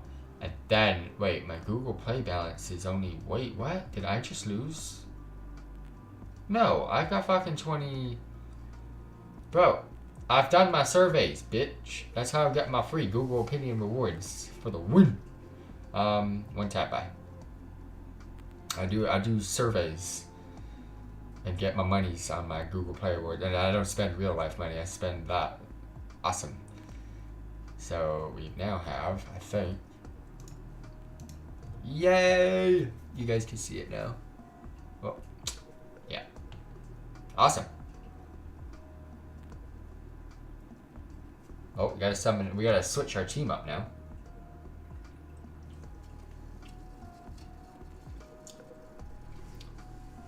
I'm more into the collection aspect of this game too, by the way, for those of you tuning in. I still have 200 to spend.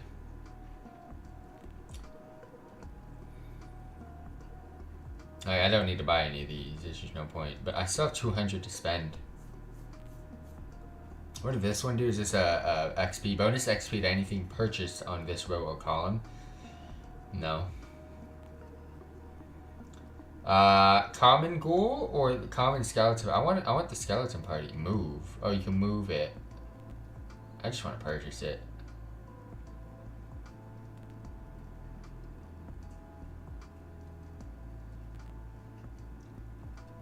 XP reward increases. XP, Tomei, reward, claim. Let's go. That looks really cool. The hell is this? A smoke bomb. Get the drop on your enemies by granting stealth. Use in a skirmish to confuse. Oh. What the fuck is this? Arcane blast. This spell surges with power. Get extra tap increases. Gold cost by 1 and doubles the elemental. Okay. I think we hold off now on buying because we've got a lot of stuff that we just purchased. I think we're good there. Now let's look here. So we still got the same old, 1, 2, 3, 4. We got 5 troops that I could bring in right now. But I gotta understand their costs and the swaps. So is you would be flying, right? You would be considered a flying type. 1 target, flying, 1 target, siege damage, tank, armored. A flying fortress of armor. This single-minded tank attacks. Okay. So I feel like a swap with you is good swap. Nothing new, okay. That's a good swap. Flying for flying, because you do want that ability. I want to try to do 1 more zone today, so I like this dude. This has been a good one. Bombards, poison, ranged AoE. So he's my ranged guy. I'm assuming you are melee then. I've loved you a lot, bro, but I think I'm gonna have to bring the Skelly Boys. The Skelly Boys or the Skeleton Party. Skeleton Party. Let's go. And I think I'm gonna swap you with the Skelly Boys because they kind of do a similar thing.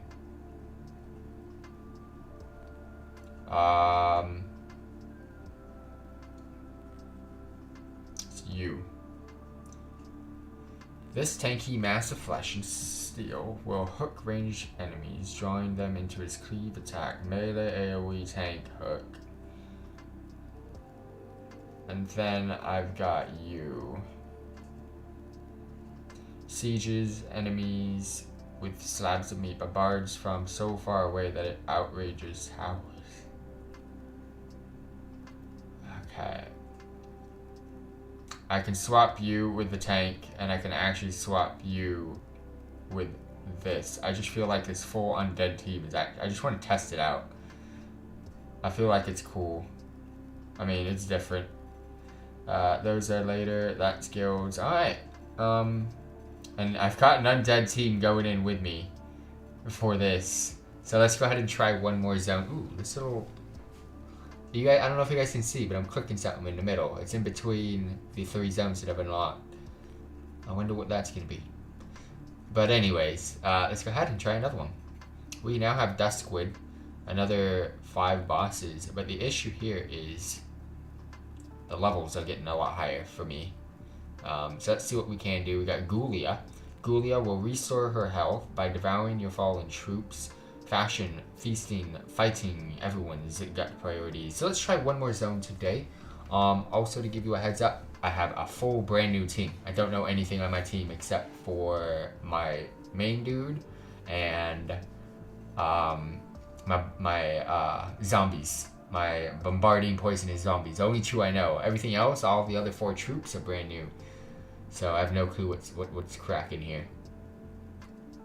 This seems like a much easier map. Just an up and a down. This is much easier. So left is nodes, right is... I want to go right at the start, I think. Please give me my goal. Damn it, didn't get them. So I can summon these anywhere? I don't know how those work. Summon that. Can I summon these anywhere? Oh shit. Bring those out too. Oh shit. Oh shit. Bring that out. Hopefully the mining thing comes in. What is this? Oh, wait. I can already bring that out. Ah, shit. This is crazy. This is crazy. I want my... Yeah, I need a 6. I need a 6. I'm struggling. They easily die. That's the problem, but it's okay. I got my A-bomb coming in. Even if I can mash this dude up.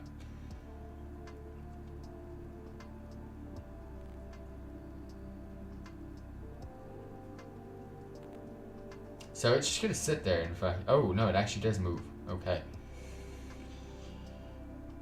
Get another one out then. That long ranged. Could be able to do that much damage for that range. Let's go.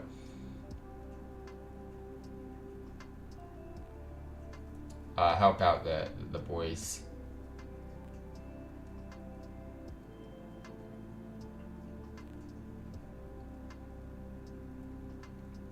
Oh, bro, the plague. I mean, my boy does. Oh, bro. Oh, this is so much better.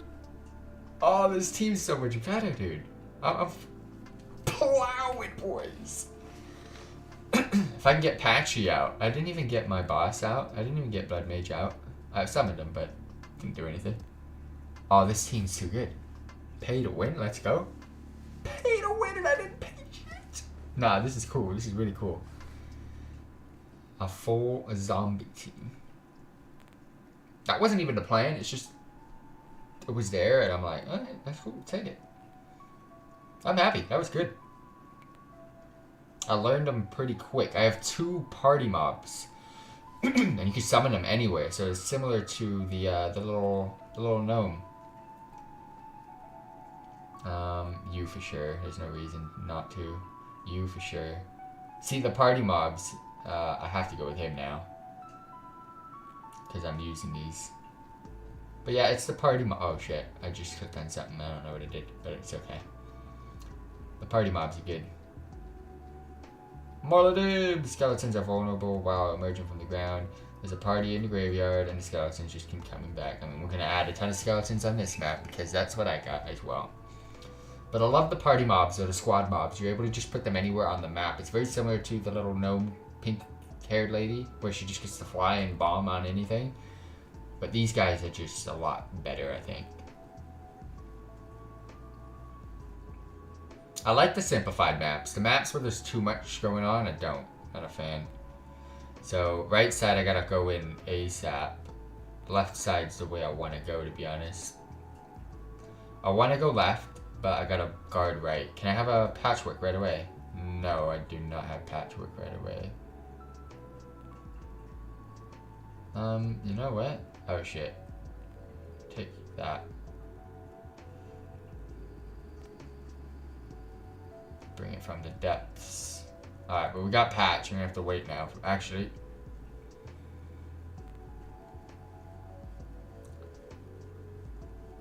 Why aren't you guys killing that? What's going on here? Ah, damn shit. I'm getting McDicked right now. Oh, I'm dead. I've lost. Right away. Holy shit. Going from a good one to a bad one. Alright, so that side's the heavy hitter. That left side came in hot. If I could start off with a patchwork, that's, oof. Abomination right away, tanking. It's actually a good tank, too.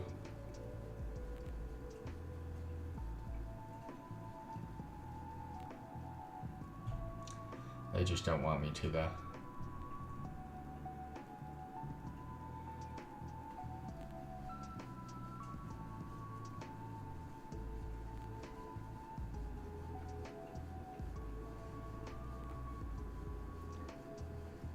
See, my guy's already dead. Like, I don't know what to do here except summon my tank.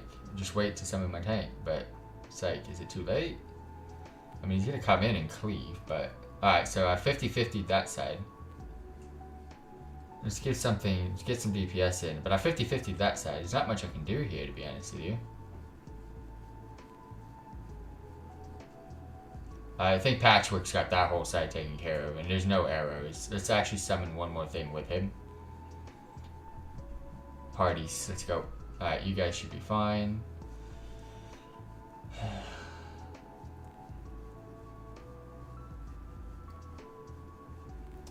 It's the costs of my things that ruin me.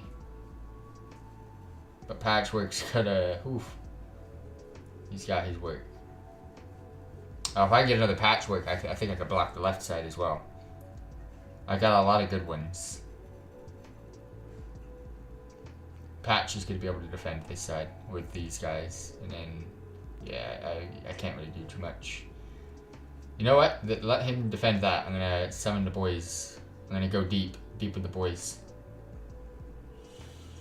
Deep with the boys over there. Ah, shit. Another one of these things coming in already.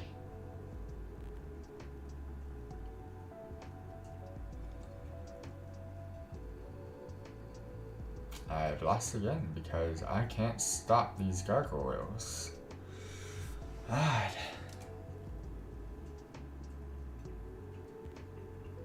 Is he not ranged? My bomber?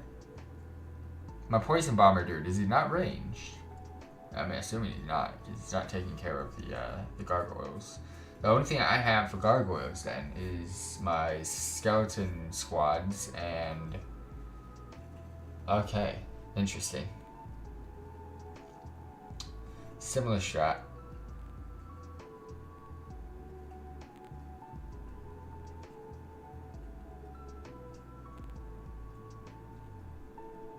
Okay, it did not start with what I wanted.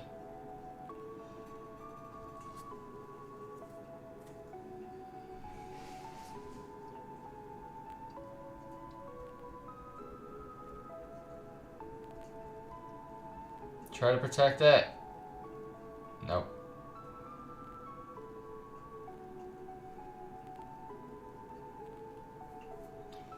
I would help you if I could.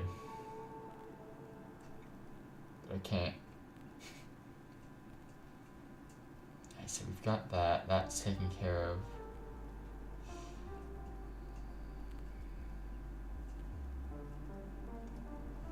Oh shit! I didn't see that. I didn't see there was a right and a left on that. That's my bad.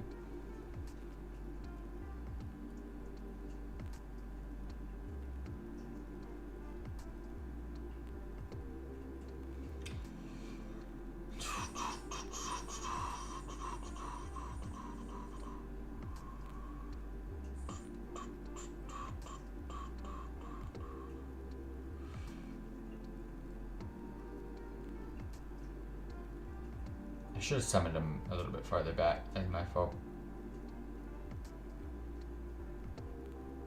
I think the A-bomb can handle that. Yeah, the A-bomb can handle these guys. The A-bomb's so good. The A-bomb is so good, dude. He's just basically a brick wall for the enemies. If I can get him out fast enough, he's basically brick walling it for me. I just gotta kind of get lucky though with the draw.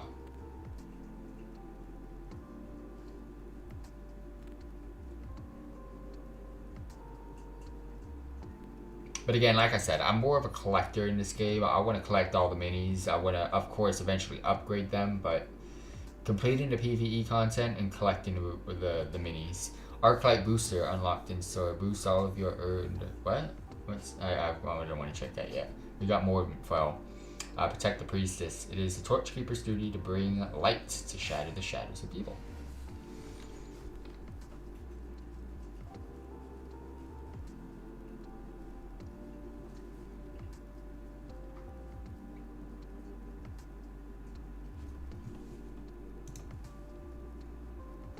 Kind of forgot to share something. 1 second.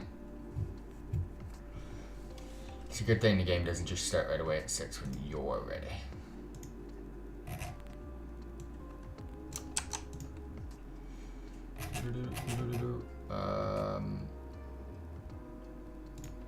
There it is.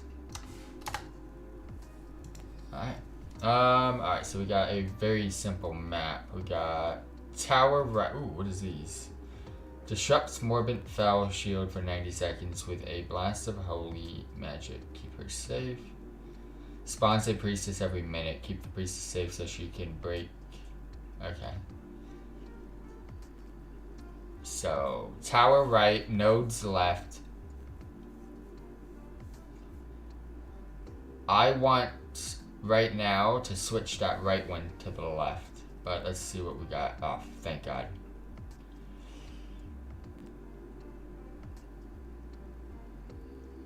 I'm gonna gather this. Hopefully. Come on, Patchwork, get in there.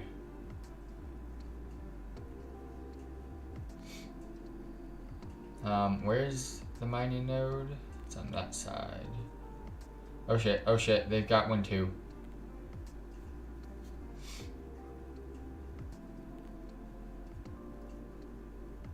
Finally got this. You two should be able to handle that. I mean, we're level 5. That we both killed each other. Nice.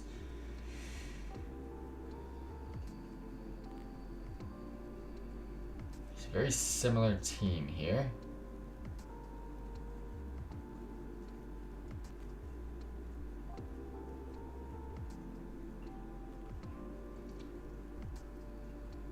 Once I've got the hang of the map, it's pretty GG for me.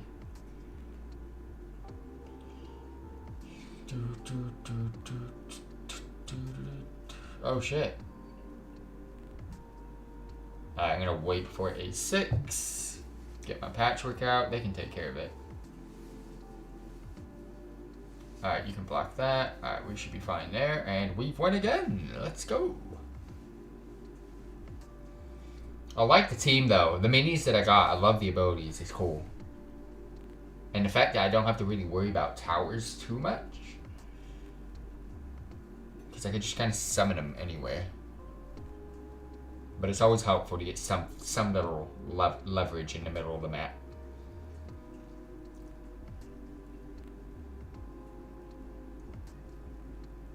Blind Mary. Blind Mary will possess your minis to fight against you. Alright, adventurers, swarm her. She'll never see it coming. The issue here is if there's no way she can take over my abomination, can she? If she takes over my abomination, that's game over, bro. The A-bomb is my guy. Like, bro.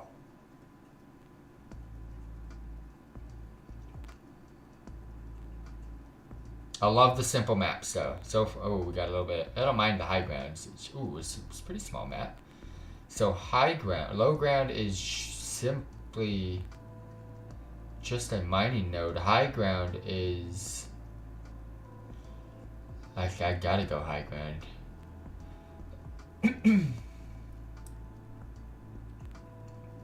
Perfect. Try to deal with that for now, please.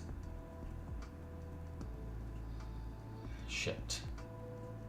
Can you come back? No. Alright, well, I have nothing for this except for this. I'm assuming they're gonna go middle with him.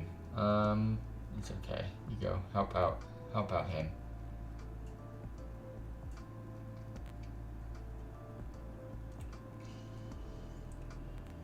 I can wait. Watch. 3, 2, 1, and incoming. Big boy.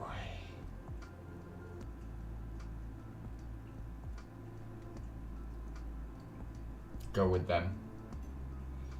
You can mine. I don't see anything coming. I think we got this already in the bag. Oh no, my tank's actually dead.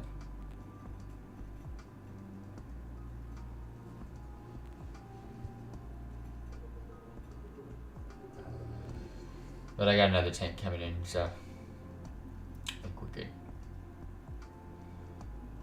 Yeah, we're definitely good. Oh, my tank coming in for the win. Little grippy Tingz. Did you guys see the grippies? I saw the grippies. Oh, I think we're already at the boss.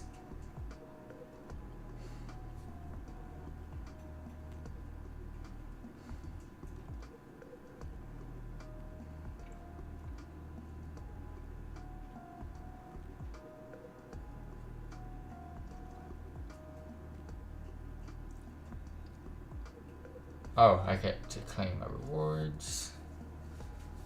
Right for sure. Left for sure.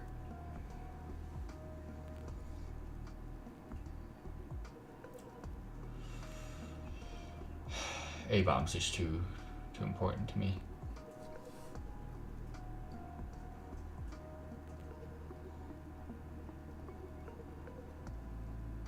You unlock quests. Face familiar foes with added challenges. Oh.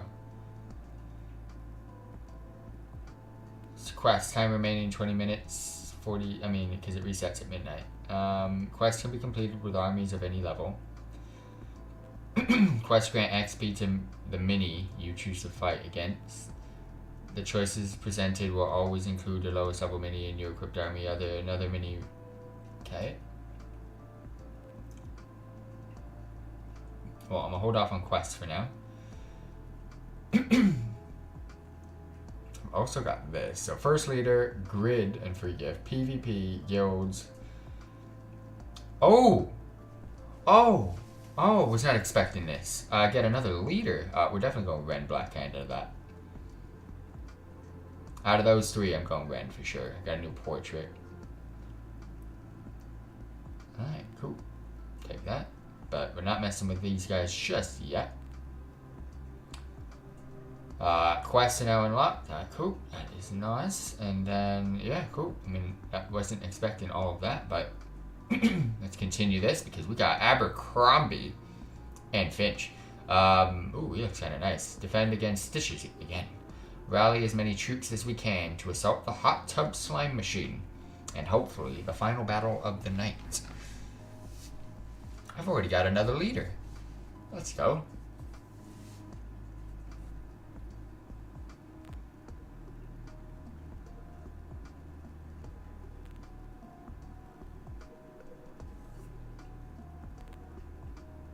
Oh, I didn't mean to skip that. Damn it. It's a very straightforward map.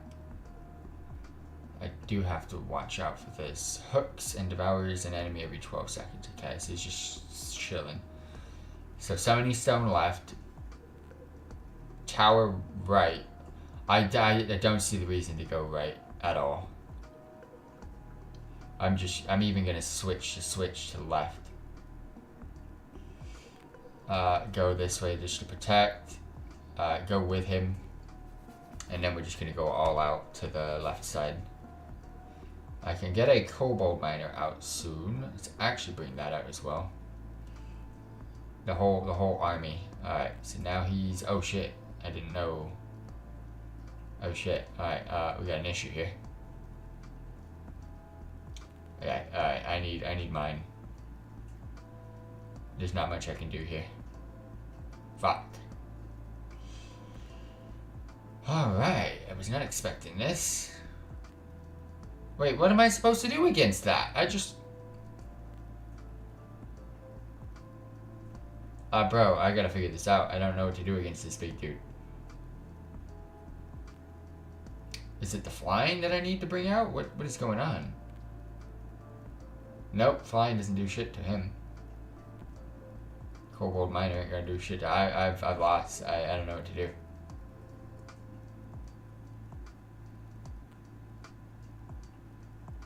Wow. Oof.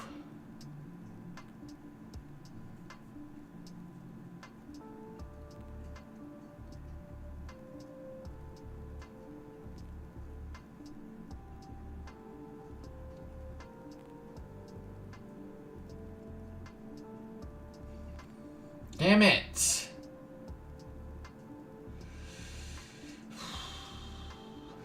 Well, we go back at it again.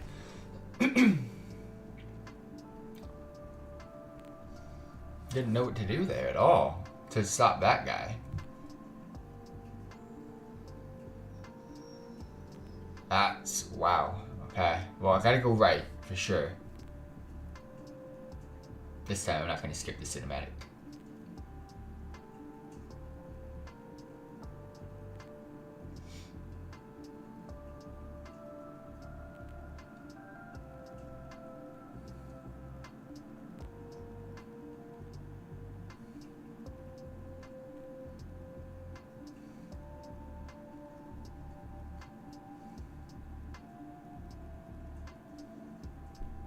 Alright, don't overflow that side yet. Let's bring it back this way. Now we get some Kobold Miners in.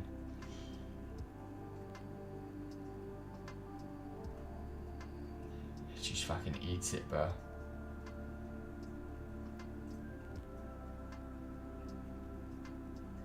I just need to stall it, I guess. I have no clue what to do with it.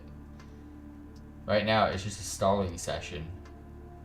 I was able to do it. Alright, cool. Try to get another meat grinder back out there.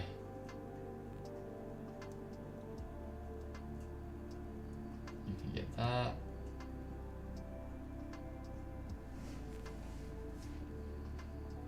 He was able to tank for a bit.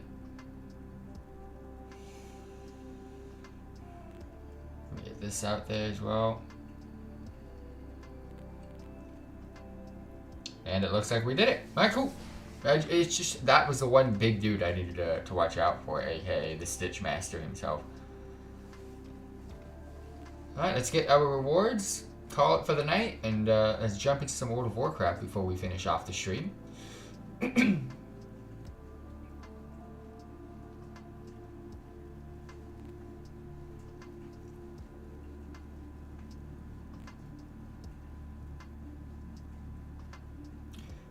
Alright, what are we gonna get here? We've got, oh, choose a spell troop. Spell troop summon magical effects anywhere on the map, choose one below. So very similar to Chain Lightning, but these are different. So execute, not owned. Okay. Savages slice through enemies, chopping off half of their maximum health in one swipe.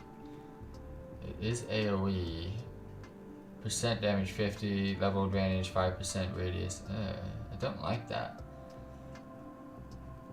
Rain down frost shards from the skies, slows and deals elemental damage to all enemies. Spell AoE frost. I mean, I feel like I'm just gonna take Blizzard anyways.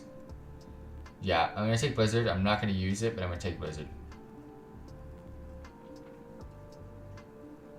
Alright, next time we're gonna do that. Let's see, what do we got?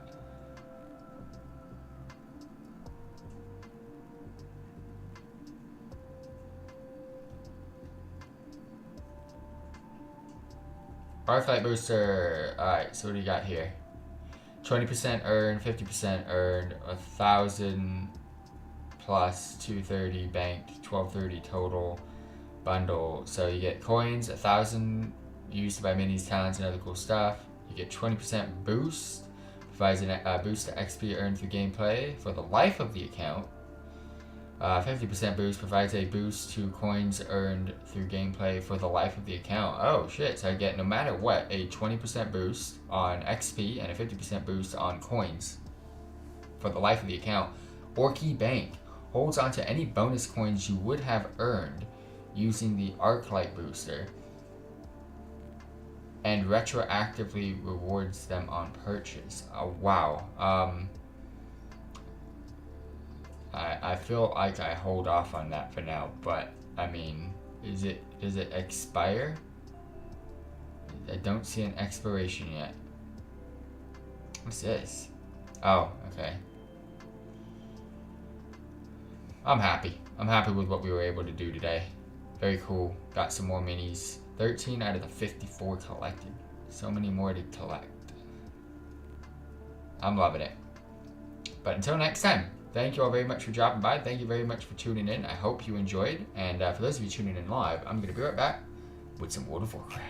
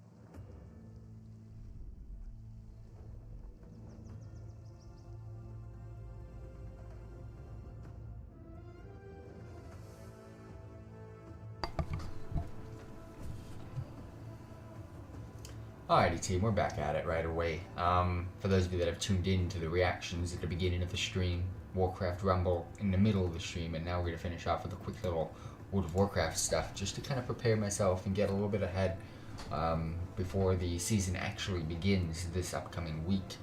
I'm not gonna do. It's not gonna be a long stream. I mean, it's a long stream, but not a long World of Warcraft session. I think I'm just gonna be collecting pet battles, see if there's any more rares to kill and whatnot. But let me go ahead and get myself prepared and situated, and then we'll go ahead and get out into the open world. 1, 2, 3. 1, 2, 3. Let's go ahead and see if there's anything that possibly has appeared in open world content.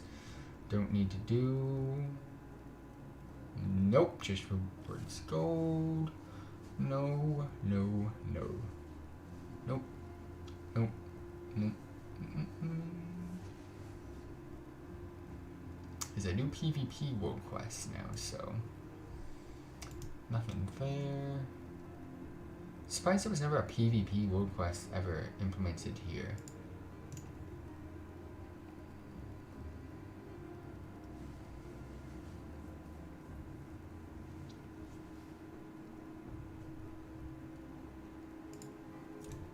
Don't see anything there. Ooh, there's a PvP one here. Just gold, don't really care.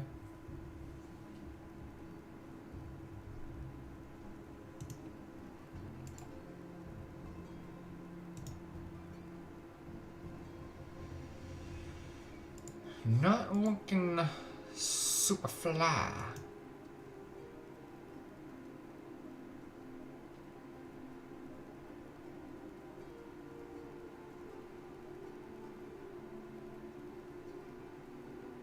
I am not finding much. There's no PvP. Oh, it's probably still on the same reset. Oh, no, there's a PvP quest. Okay, I'll check that out in a second. I'm hoping that one actually gives us some good rewards. Fuck.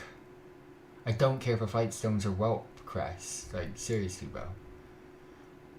Well, MO Dream. We got world quest. I'm not doing world quest again. That's like a once a week type of thing for me. Not doing the races. Because I'm gonna do them all at once. I've already done the super boom for the week. Central encampment. That's a seed. That's Whelpling Crest, and that's a seed. So I'm good with World Quest. There is nothing really uber for me to do. Otherwise, I'm good there as well. What do you think? We're just gonna go look for some stuff. Little quick knickknacks. Little knickknacks. You can keep war mode on, to be honest with you, because I need to get war chests if they're available. Put on my headset in a second.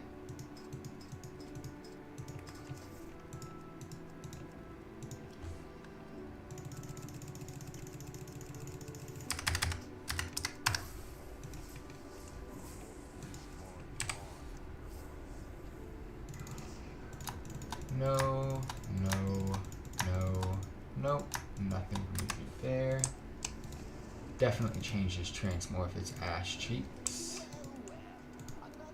Oh, I can show you one of the new mini things I got today.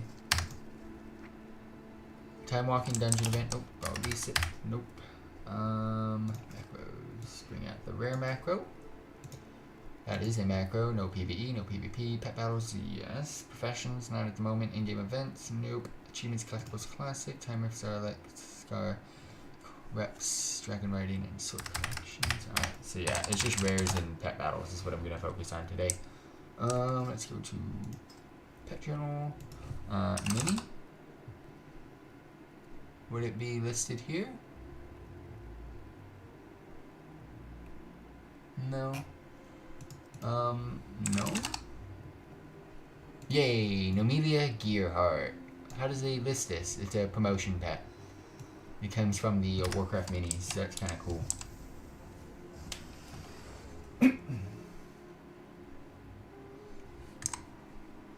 Alright, so let's go ahead. What old school rares? You got Breeze, Carl, Invoke, and Iceblade Trio. Okay, any elemental storms? There's no elemental storms here. No elemental storms here. No elemental storms here. And no elemental storms here. So Iceblade Trio I cannot do. Let's go see if Breeze is up.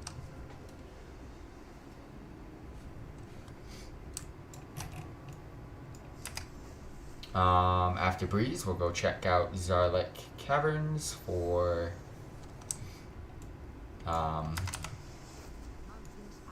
Invoke and Karo.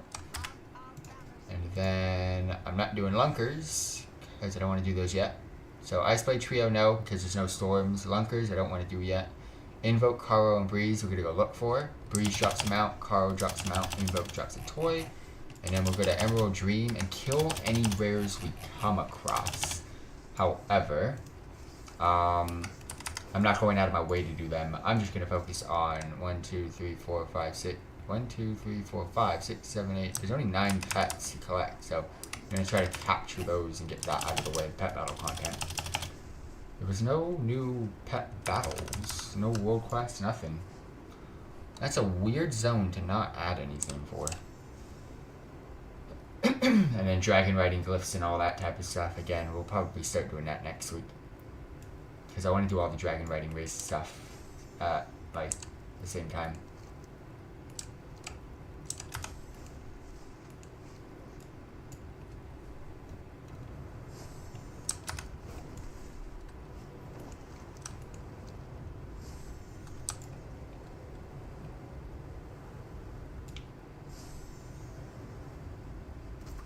See a glimmer of something up there on that wall. Give it a climb and check, will you?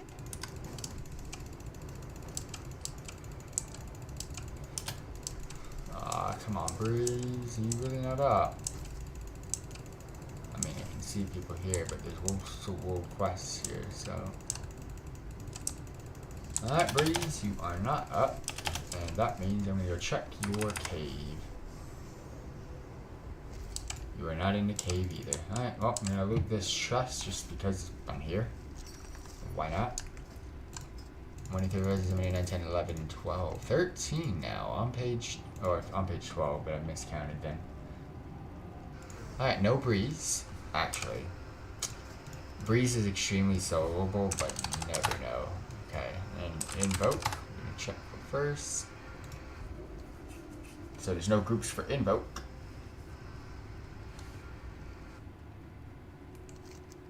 But Invoke is up. Let's go kill it.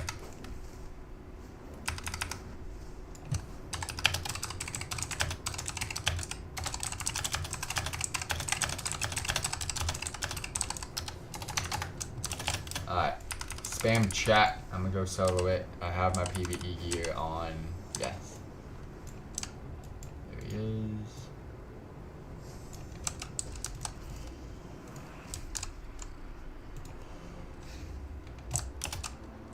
Let's go.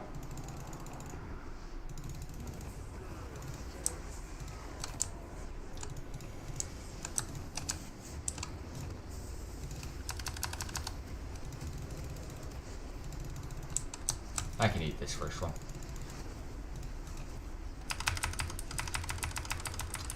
I just realized I have war mode on.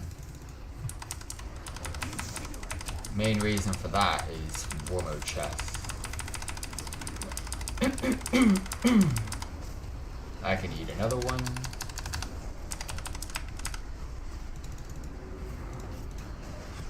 Alright, let's heal my pet.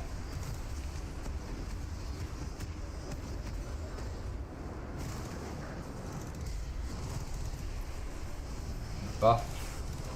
Defensive on that one.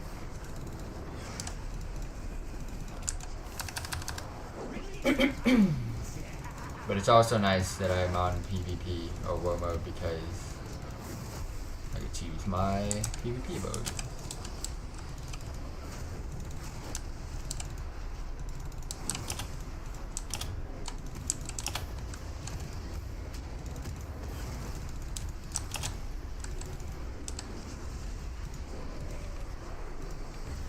I'm eating this one while I heal up my pet.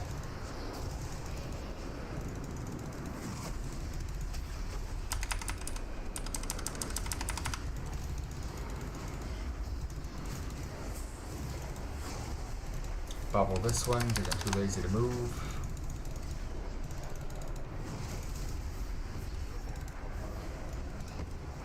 This is going to be a massive tyrant right now.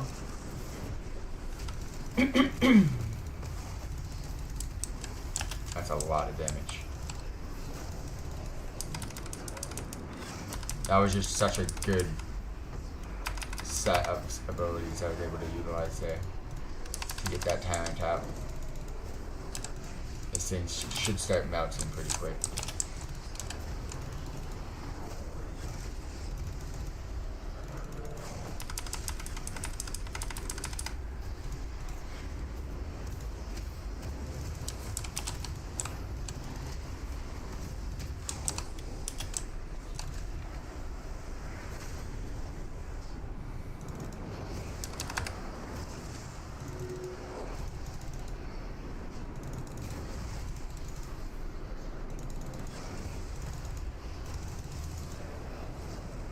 Bubble.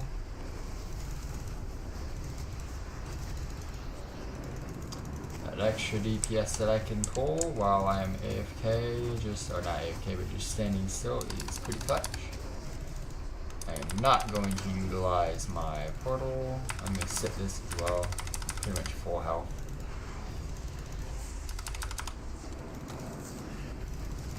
Portal's kind of a waste. Thing's almost dead.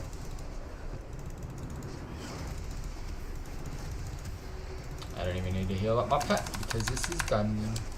Can I get something, please? No, I cannot because the game does not like me at all. Okay. I do not see Caro on my map, so let's go. Put this on a different server.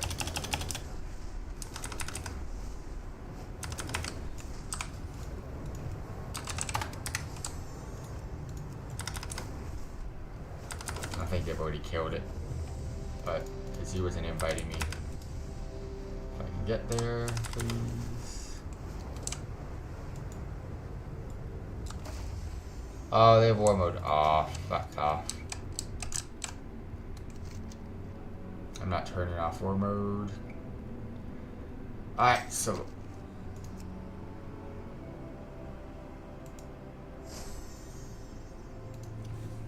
huh? Wait, what the fuck did I do? Report communication, text chat.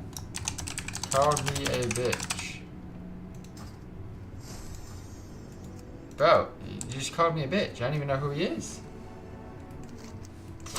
Some dude just randomly whispered me. Alright, find a group. Breeze. No. Ice Blade. No. Invoke. I've already killed it, so no. And Carlo. No. Alright, we're done. Let's go. Now we head on over to the Emerald Dream. Hopefully get some new rares from here.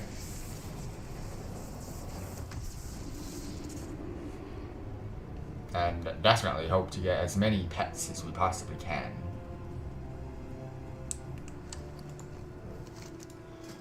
I believe there's a portal here, and I've never used it. I'm gonna go try to find it right now. To run away.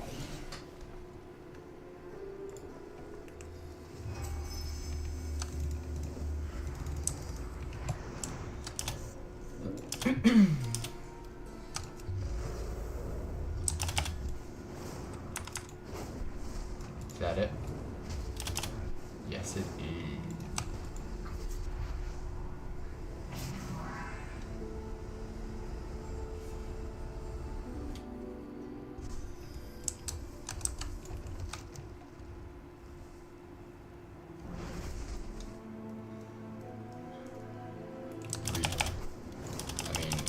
Have the ability to fuck off. Damn it, dumbass tree, man.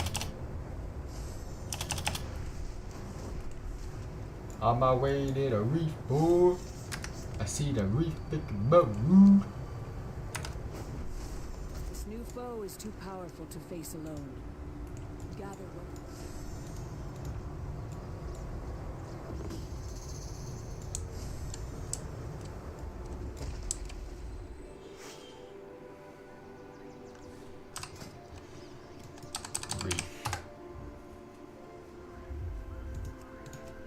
You guys have war mode off, I'm assuming now, because you're just a bitch.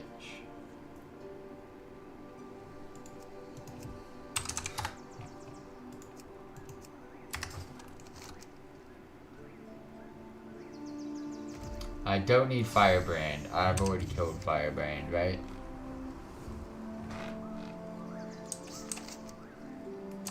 Fistia. Firebrand Fistia. You don't see it on here though. Must be under. Oh yeah, it is. Top right.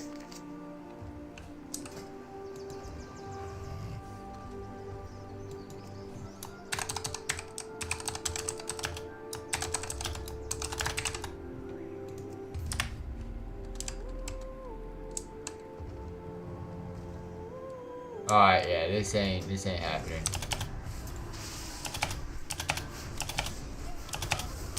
Come on, man.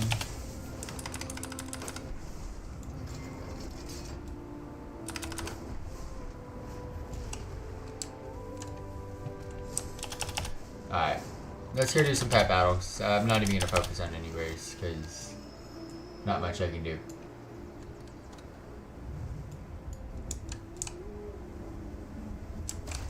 Alright, we got a dream badger. Alright, the fact that I can see the dream badger as a pet, I am going to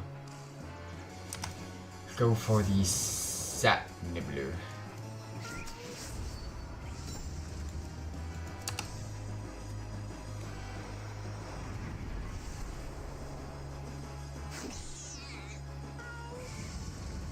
Give me the, yes, I want this one.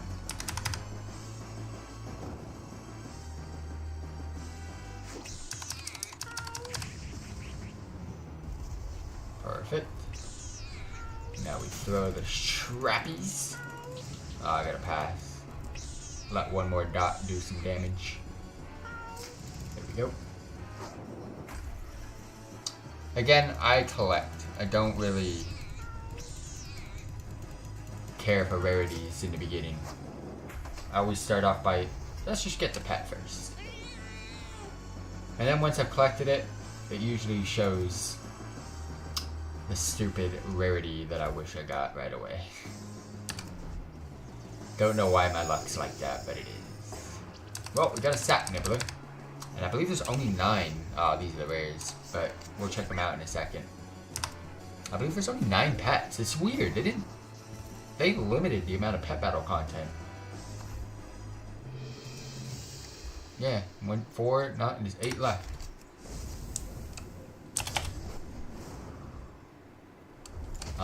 Heal up, please. But yeah, if I can get this done before next week, that's good.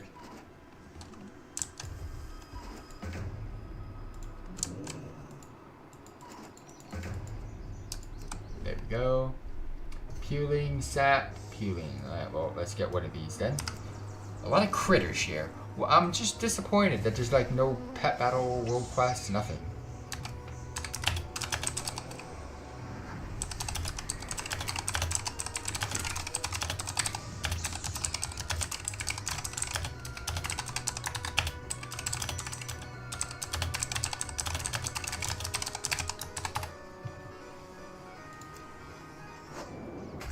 Alright, this one's dead. I'm gonna have to get the other one.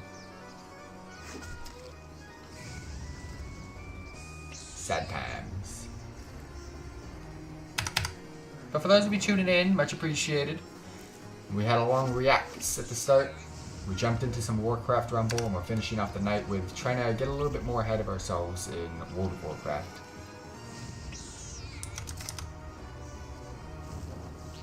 Because next week is a new season.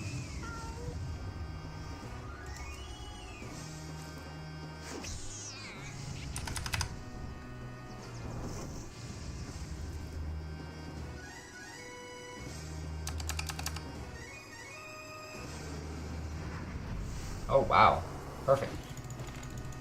We should have this one now too. Nothing crazy to go after though, so far. Very boring pet.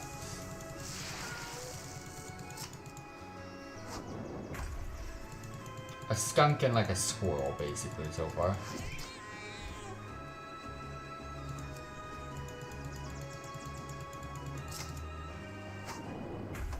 Yeah, that's 2 down, 6 to go, or 7 to go, I think.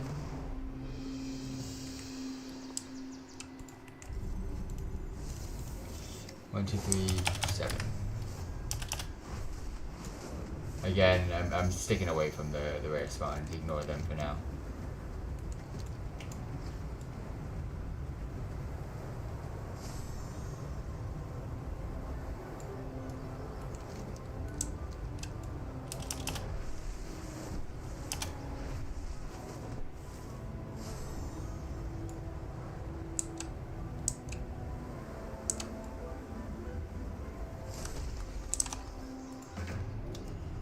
For your pup. Alright, it's a new one. Again, another critter. I'm gonna have to pass because I'm faster. I actually can't even attack. I have to do another one of these. And it crits, of course. Just don't kill it, please.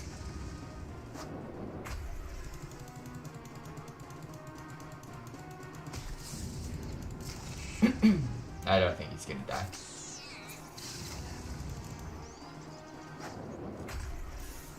Perfect. Now let's do as much damage as we can to get rid of these.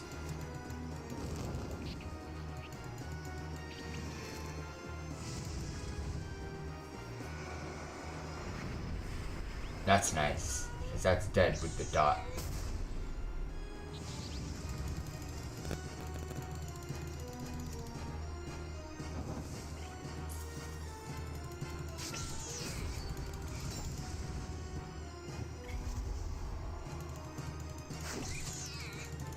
Twilight's such a dead pet against these guys because they're critters. I can't stand them. My dot's not effective. But he's doing a good job because I'm here to catch.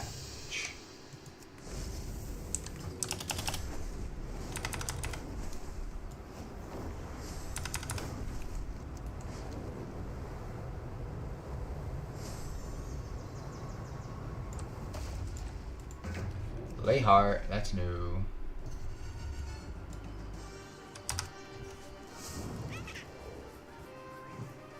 Probably the coolest pet so far.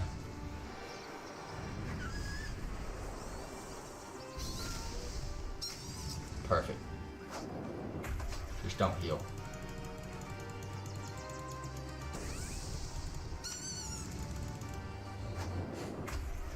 Cool, another one down.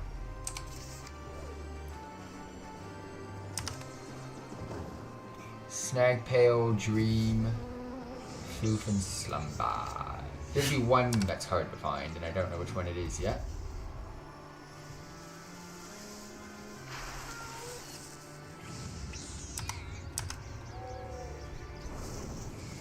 Survive the dot, please.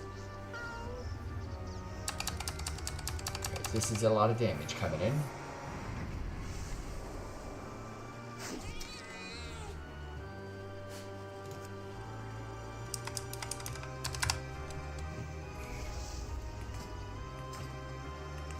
Alright, let's heal up.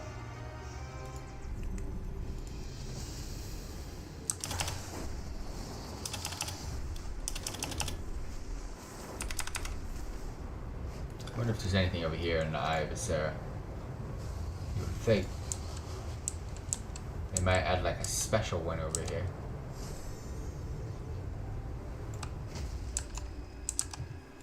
Oh, there's a bunch of folia pups.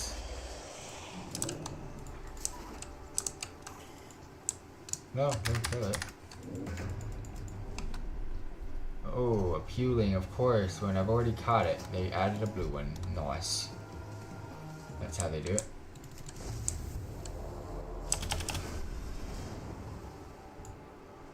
They always get me like that.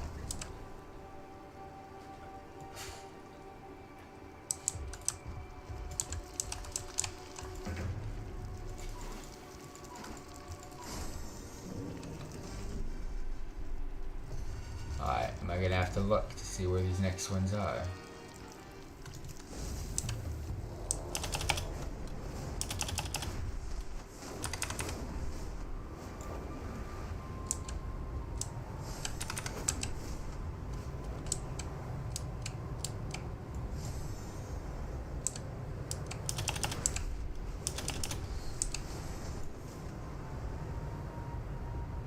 Gotta be a special one in the flamey area.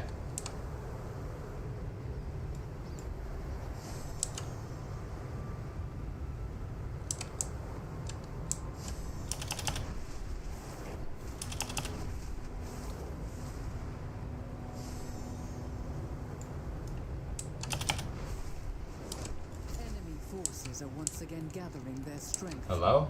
We Any can pets? before they reach their full potential.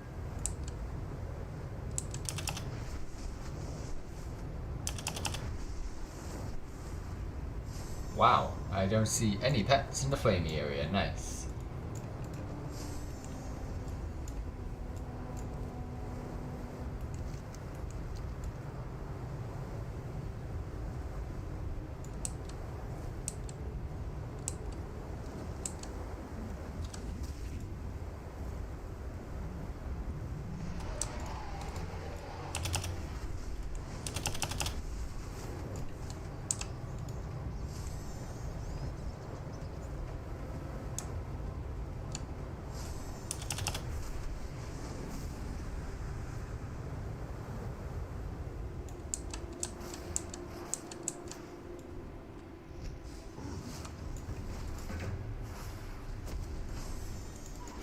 Pet battles are so broken.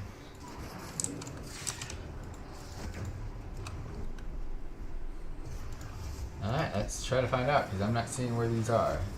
Try to find out where they are. Emerald Dream Safari.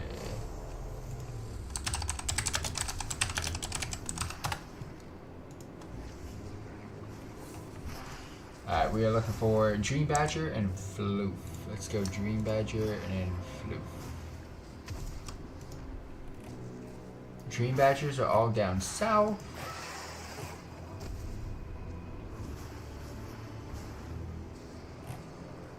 Alright, down south, and then these are also down south in the middle. Alright. Down south is probably like the easiest place to go, so let's go do that. I see a rare.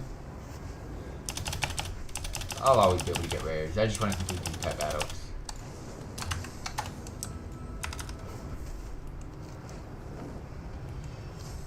But yeah, down south in the middle seems like the place to go to get these. So, let's go ahead and head on over. There's only 9 pets. No pet battle world quests, no pet battle tamers, no new dungeon. It's not like I care. Ooh, there's a floof, and I need a floof. I don't care that much about pet battles. It's just like, there's no content at all though. So it's like, bro. Go. Sadly, it's another uncommon, but I'm gonna. That's actually probably the coolest pet so far. But it's another uncommon. Hella dead. I'm gonna have to Surge of Light because it's gonna kill it otherwise.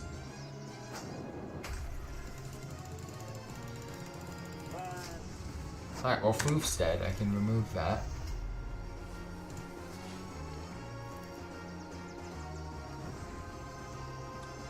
What's the other one we're going for?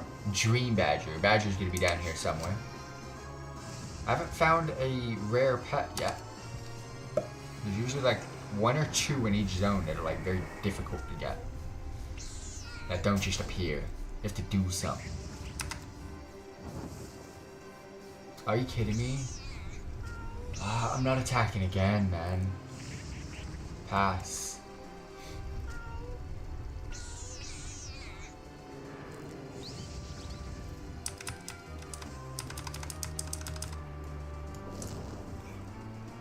I don't think I've gotten... The highest quality pet I've gotten so far is a green. I haven't gotten anything good. I've seen 1 blue, but I didn't catch it. That's just not how I roll in the beginning. Also, it's very easy for me to just get blue pets because I have so much currency, as you can see here already. Alright, we're looking for Badger now. 4 pets left. Imagine getting this content done already.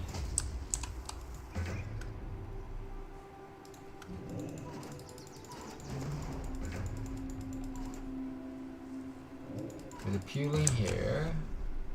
Nothing. Sleeve.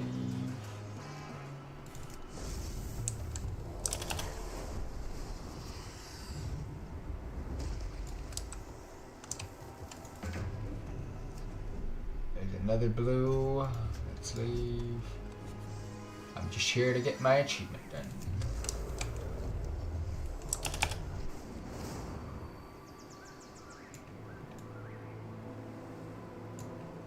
The question is, are any of these going to be in caves?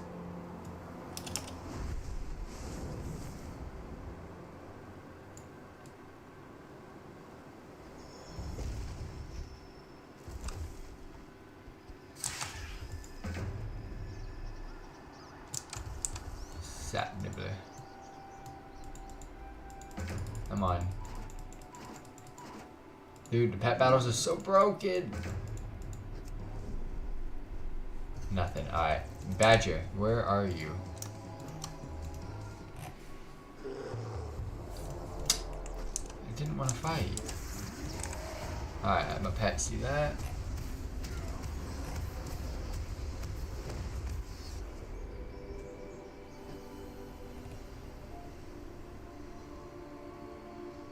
Okay, so this one is okay. Am I fighting again? This one's a rare one. The badger is a rare one.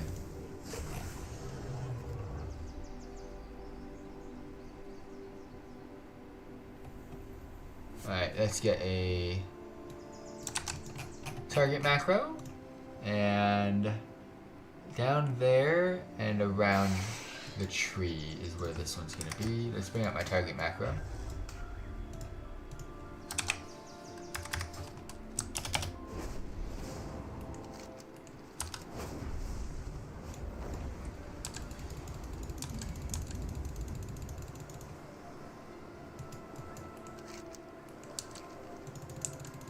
You can find them in the front lines, so. This new foe is too powerful to face alone. Gather what forces you can find, and we'll Otherwise, they're just going to be around the big tree.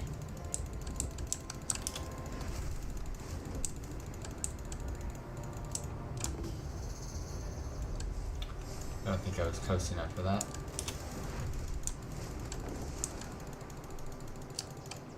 The amount of trees there are here kind of pisses me off.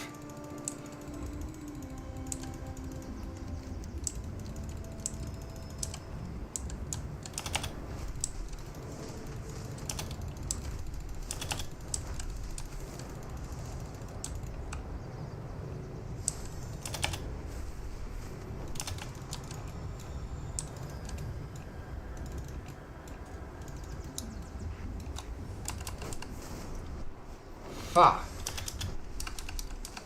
Sick.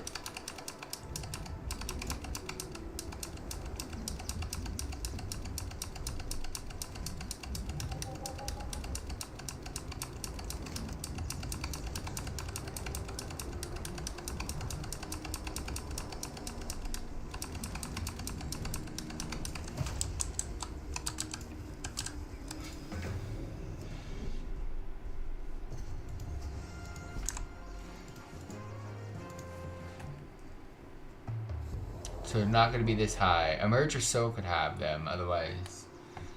Down there and then in the middle. I'm going to mark where I'm supposed to be. They won't be this high.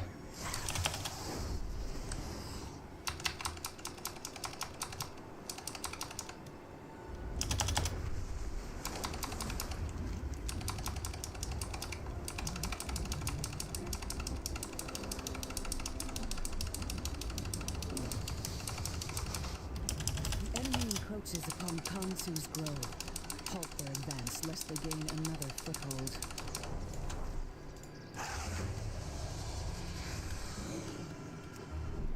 Ooh, Summertooth 1 is a new one. Alright, let's capture this.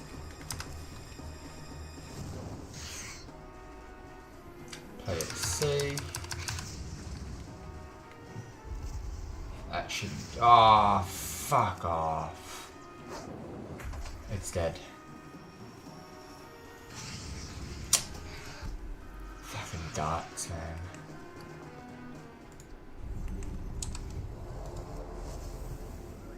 At least I know Slumber 2 is not too bad.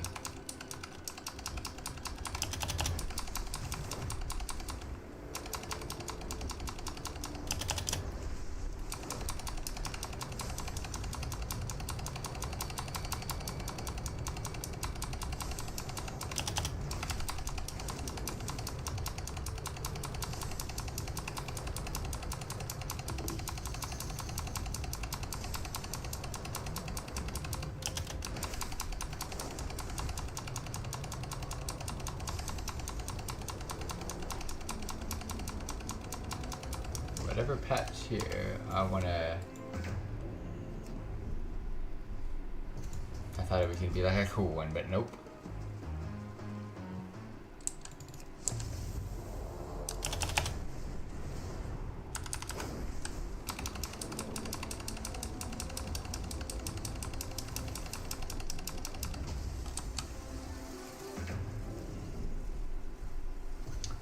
Fuck this pet, man.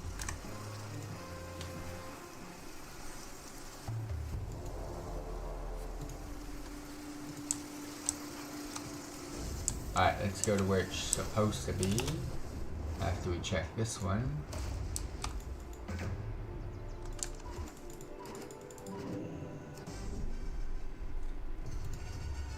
Alright.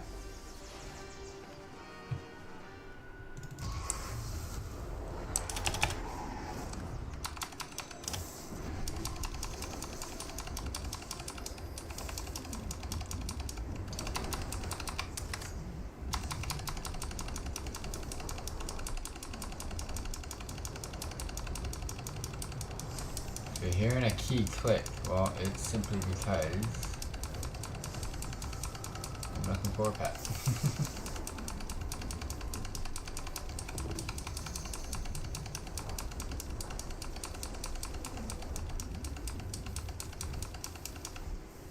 What the hell was that?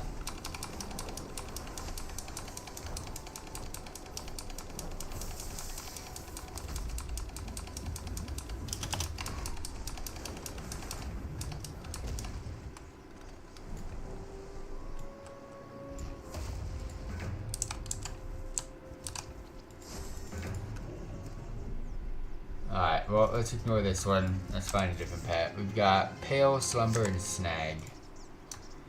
Pale, Slumber, and Snag. If I could just get it to one pet, that's good. Alright, Pale.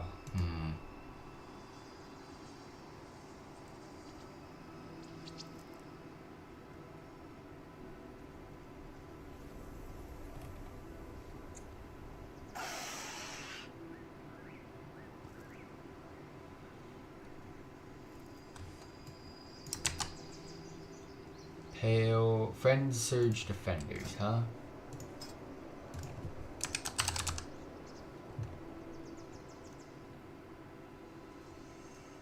Oh. That's gonna be needed. Macro.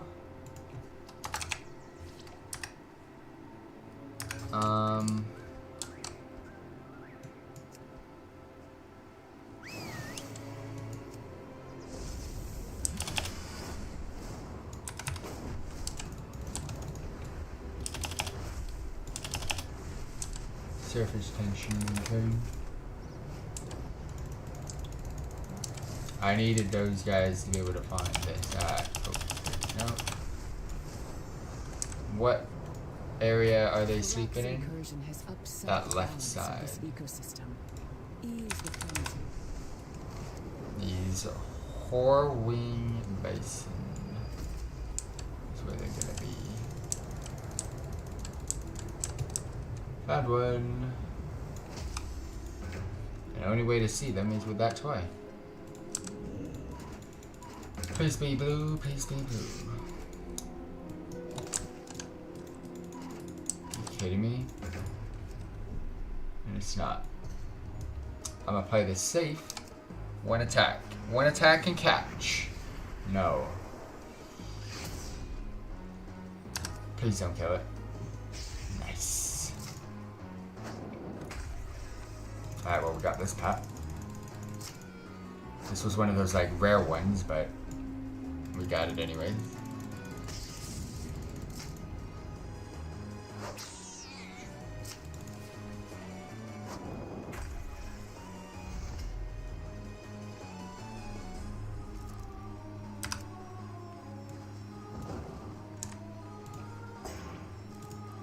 slumber tooth.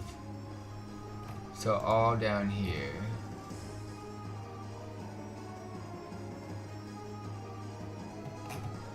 Alright, so this next one's actually not a difficult one to find, you just gotta find it.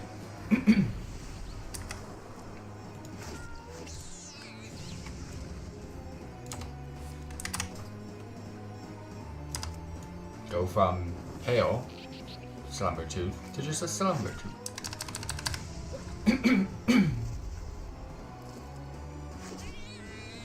Got kill.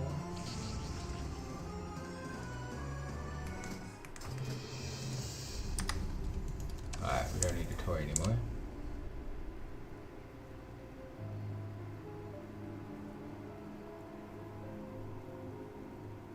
What happened? Why? Why did I just get teleported out? What the fuck?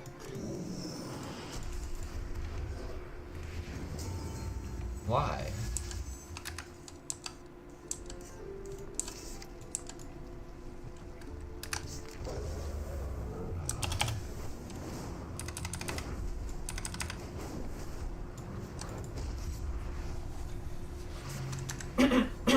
Alright, this one is all down south, so in the caverns around, alright, around this hill.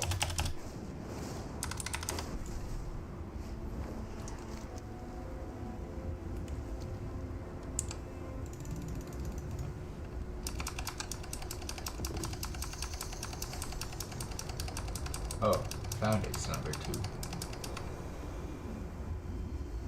That's not a pet though, that's just a slumber tooth. I'm looking for the pet.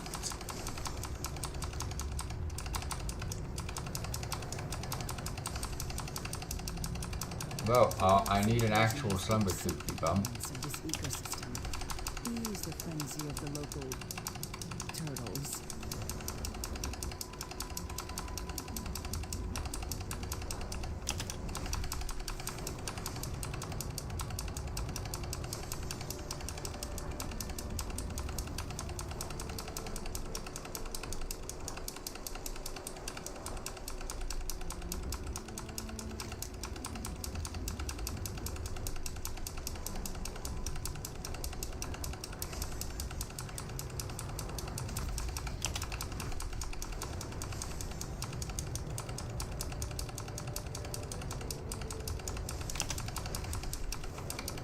Well, where's the pet battle one?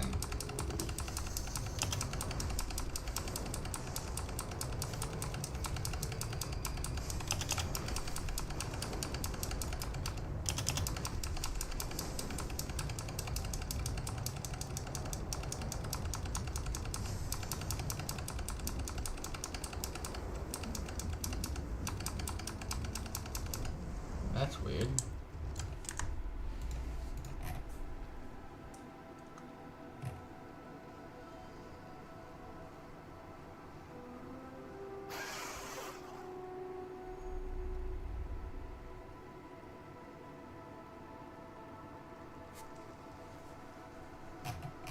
Alright, so Sabertooth's kinda dicky.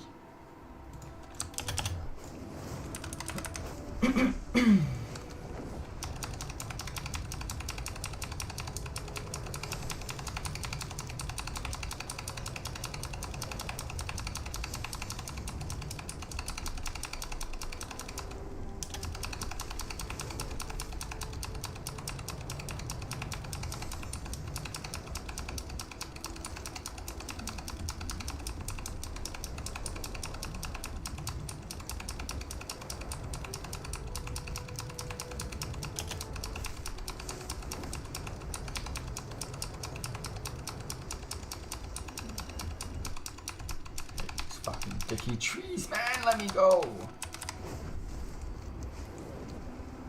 The enemy encroaches upon Kongsu's growth. Halt their advance lest they gain another foothold.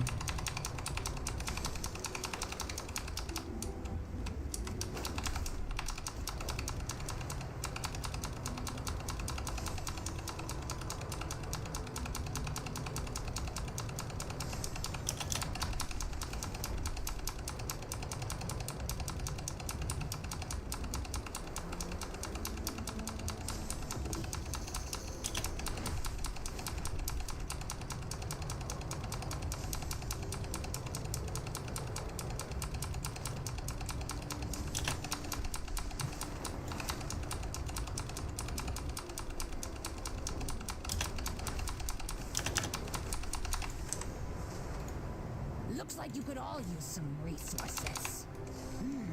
There's a saying for this. Survival of the fittest.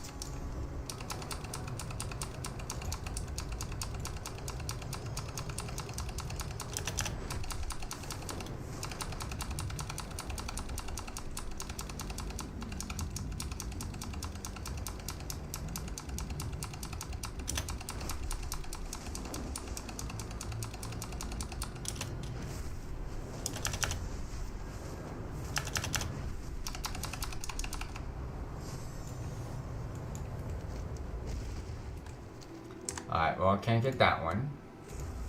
Last one is Snaggletooth. Oh shit.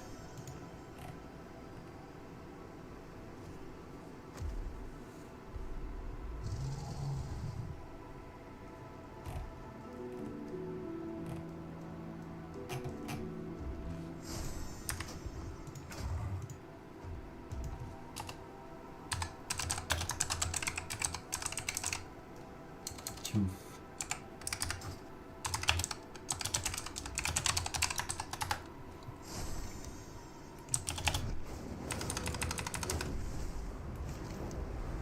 Alright, I'm gonna go see if the PvP chest is gonna be horde captured or not.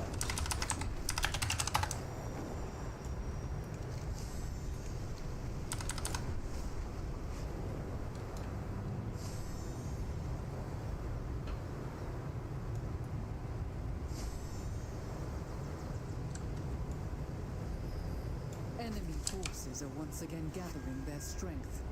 Weaken them before they reach their full potential.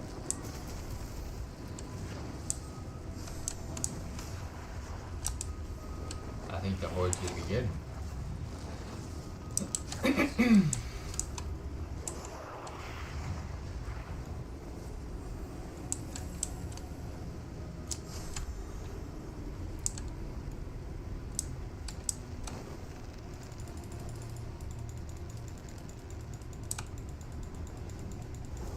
Hello?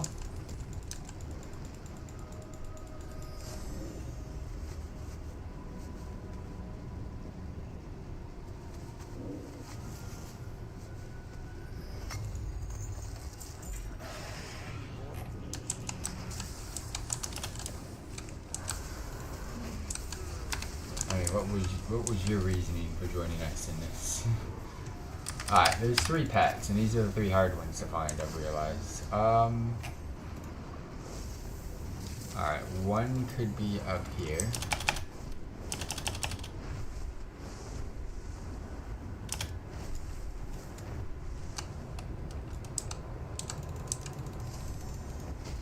There's a Snaggletooth, but it's not a pet battle. One can be Sarah.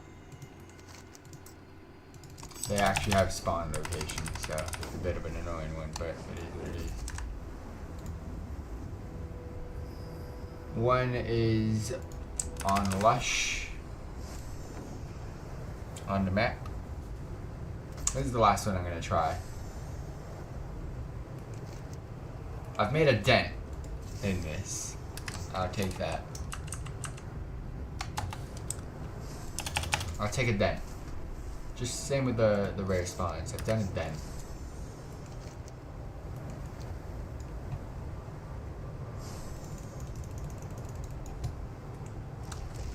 I see another Snaggletooth, but it's not a pet.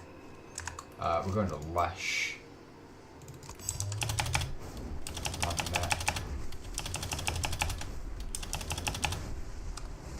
Alright, you can glide yourself.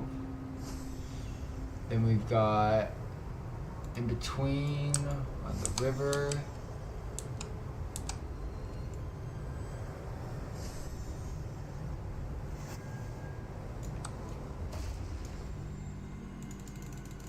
Nope. Alright, next one's gonna be about here. I could try to help spawn it by killing it, but I can't be bothered.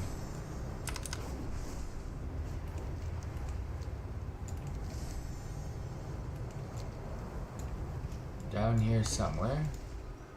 Ooh! Where's it at? Where's it at? It's an actual pet. Where's that? It's right there. Let's go! Snaggletooth, and it's blue! Alright, we gotta focus. This is the best one of the day. Let's go. We got a blue Puling and a Snaggletooth, but look at this. The best pet, too, to get. I think we can do it. It won't crit, will it? Nice. Perfect. Awesome, we got a blue pet today. And then the other two, well, next time I'm free, we'll try it. But I have them on my target macro and I kind of know where they're at, so that's a good sign.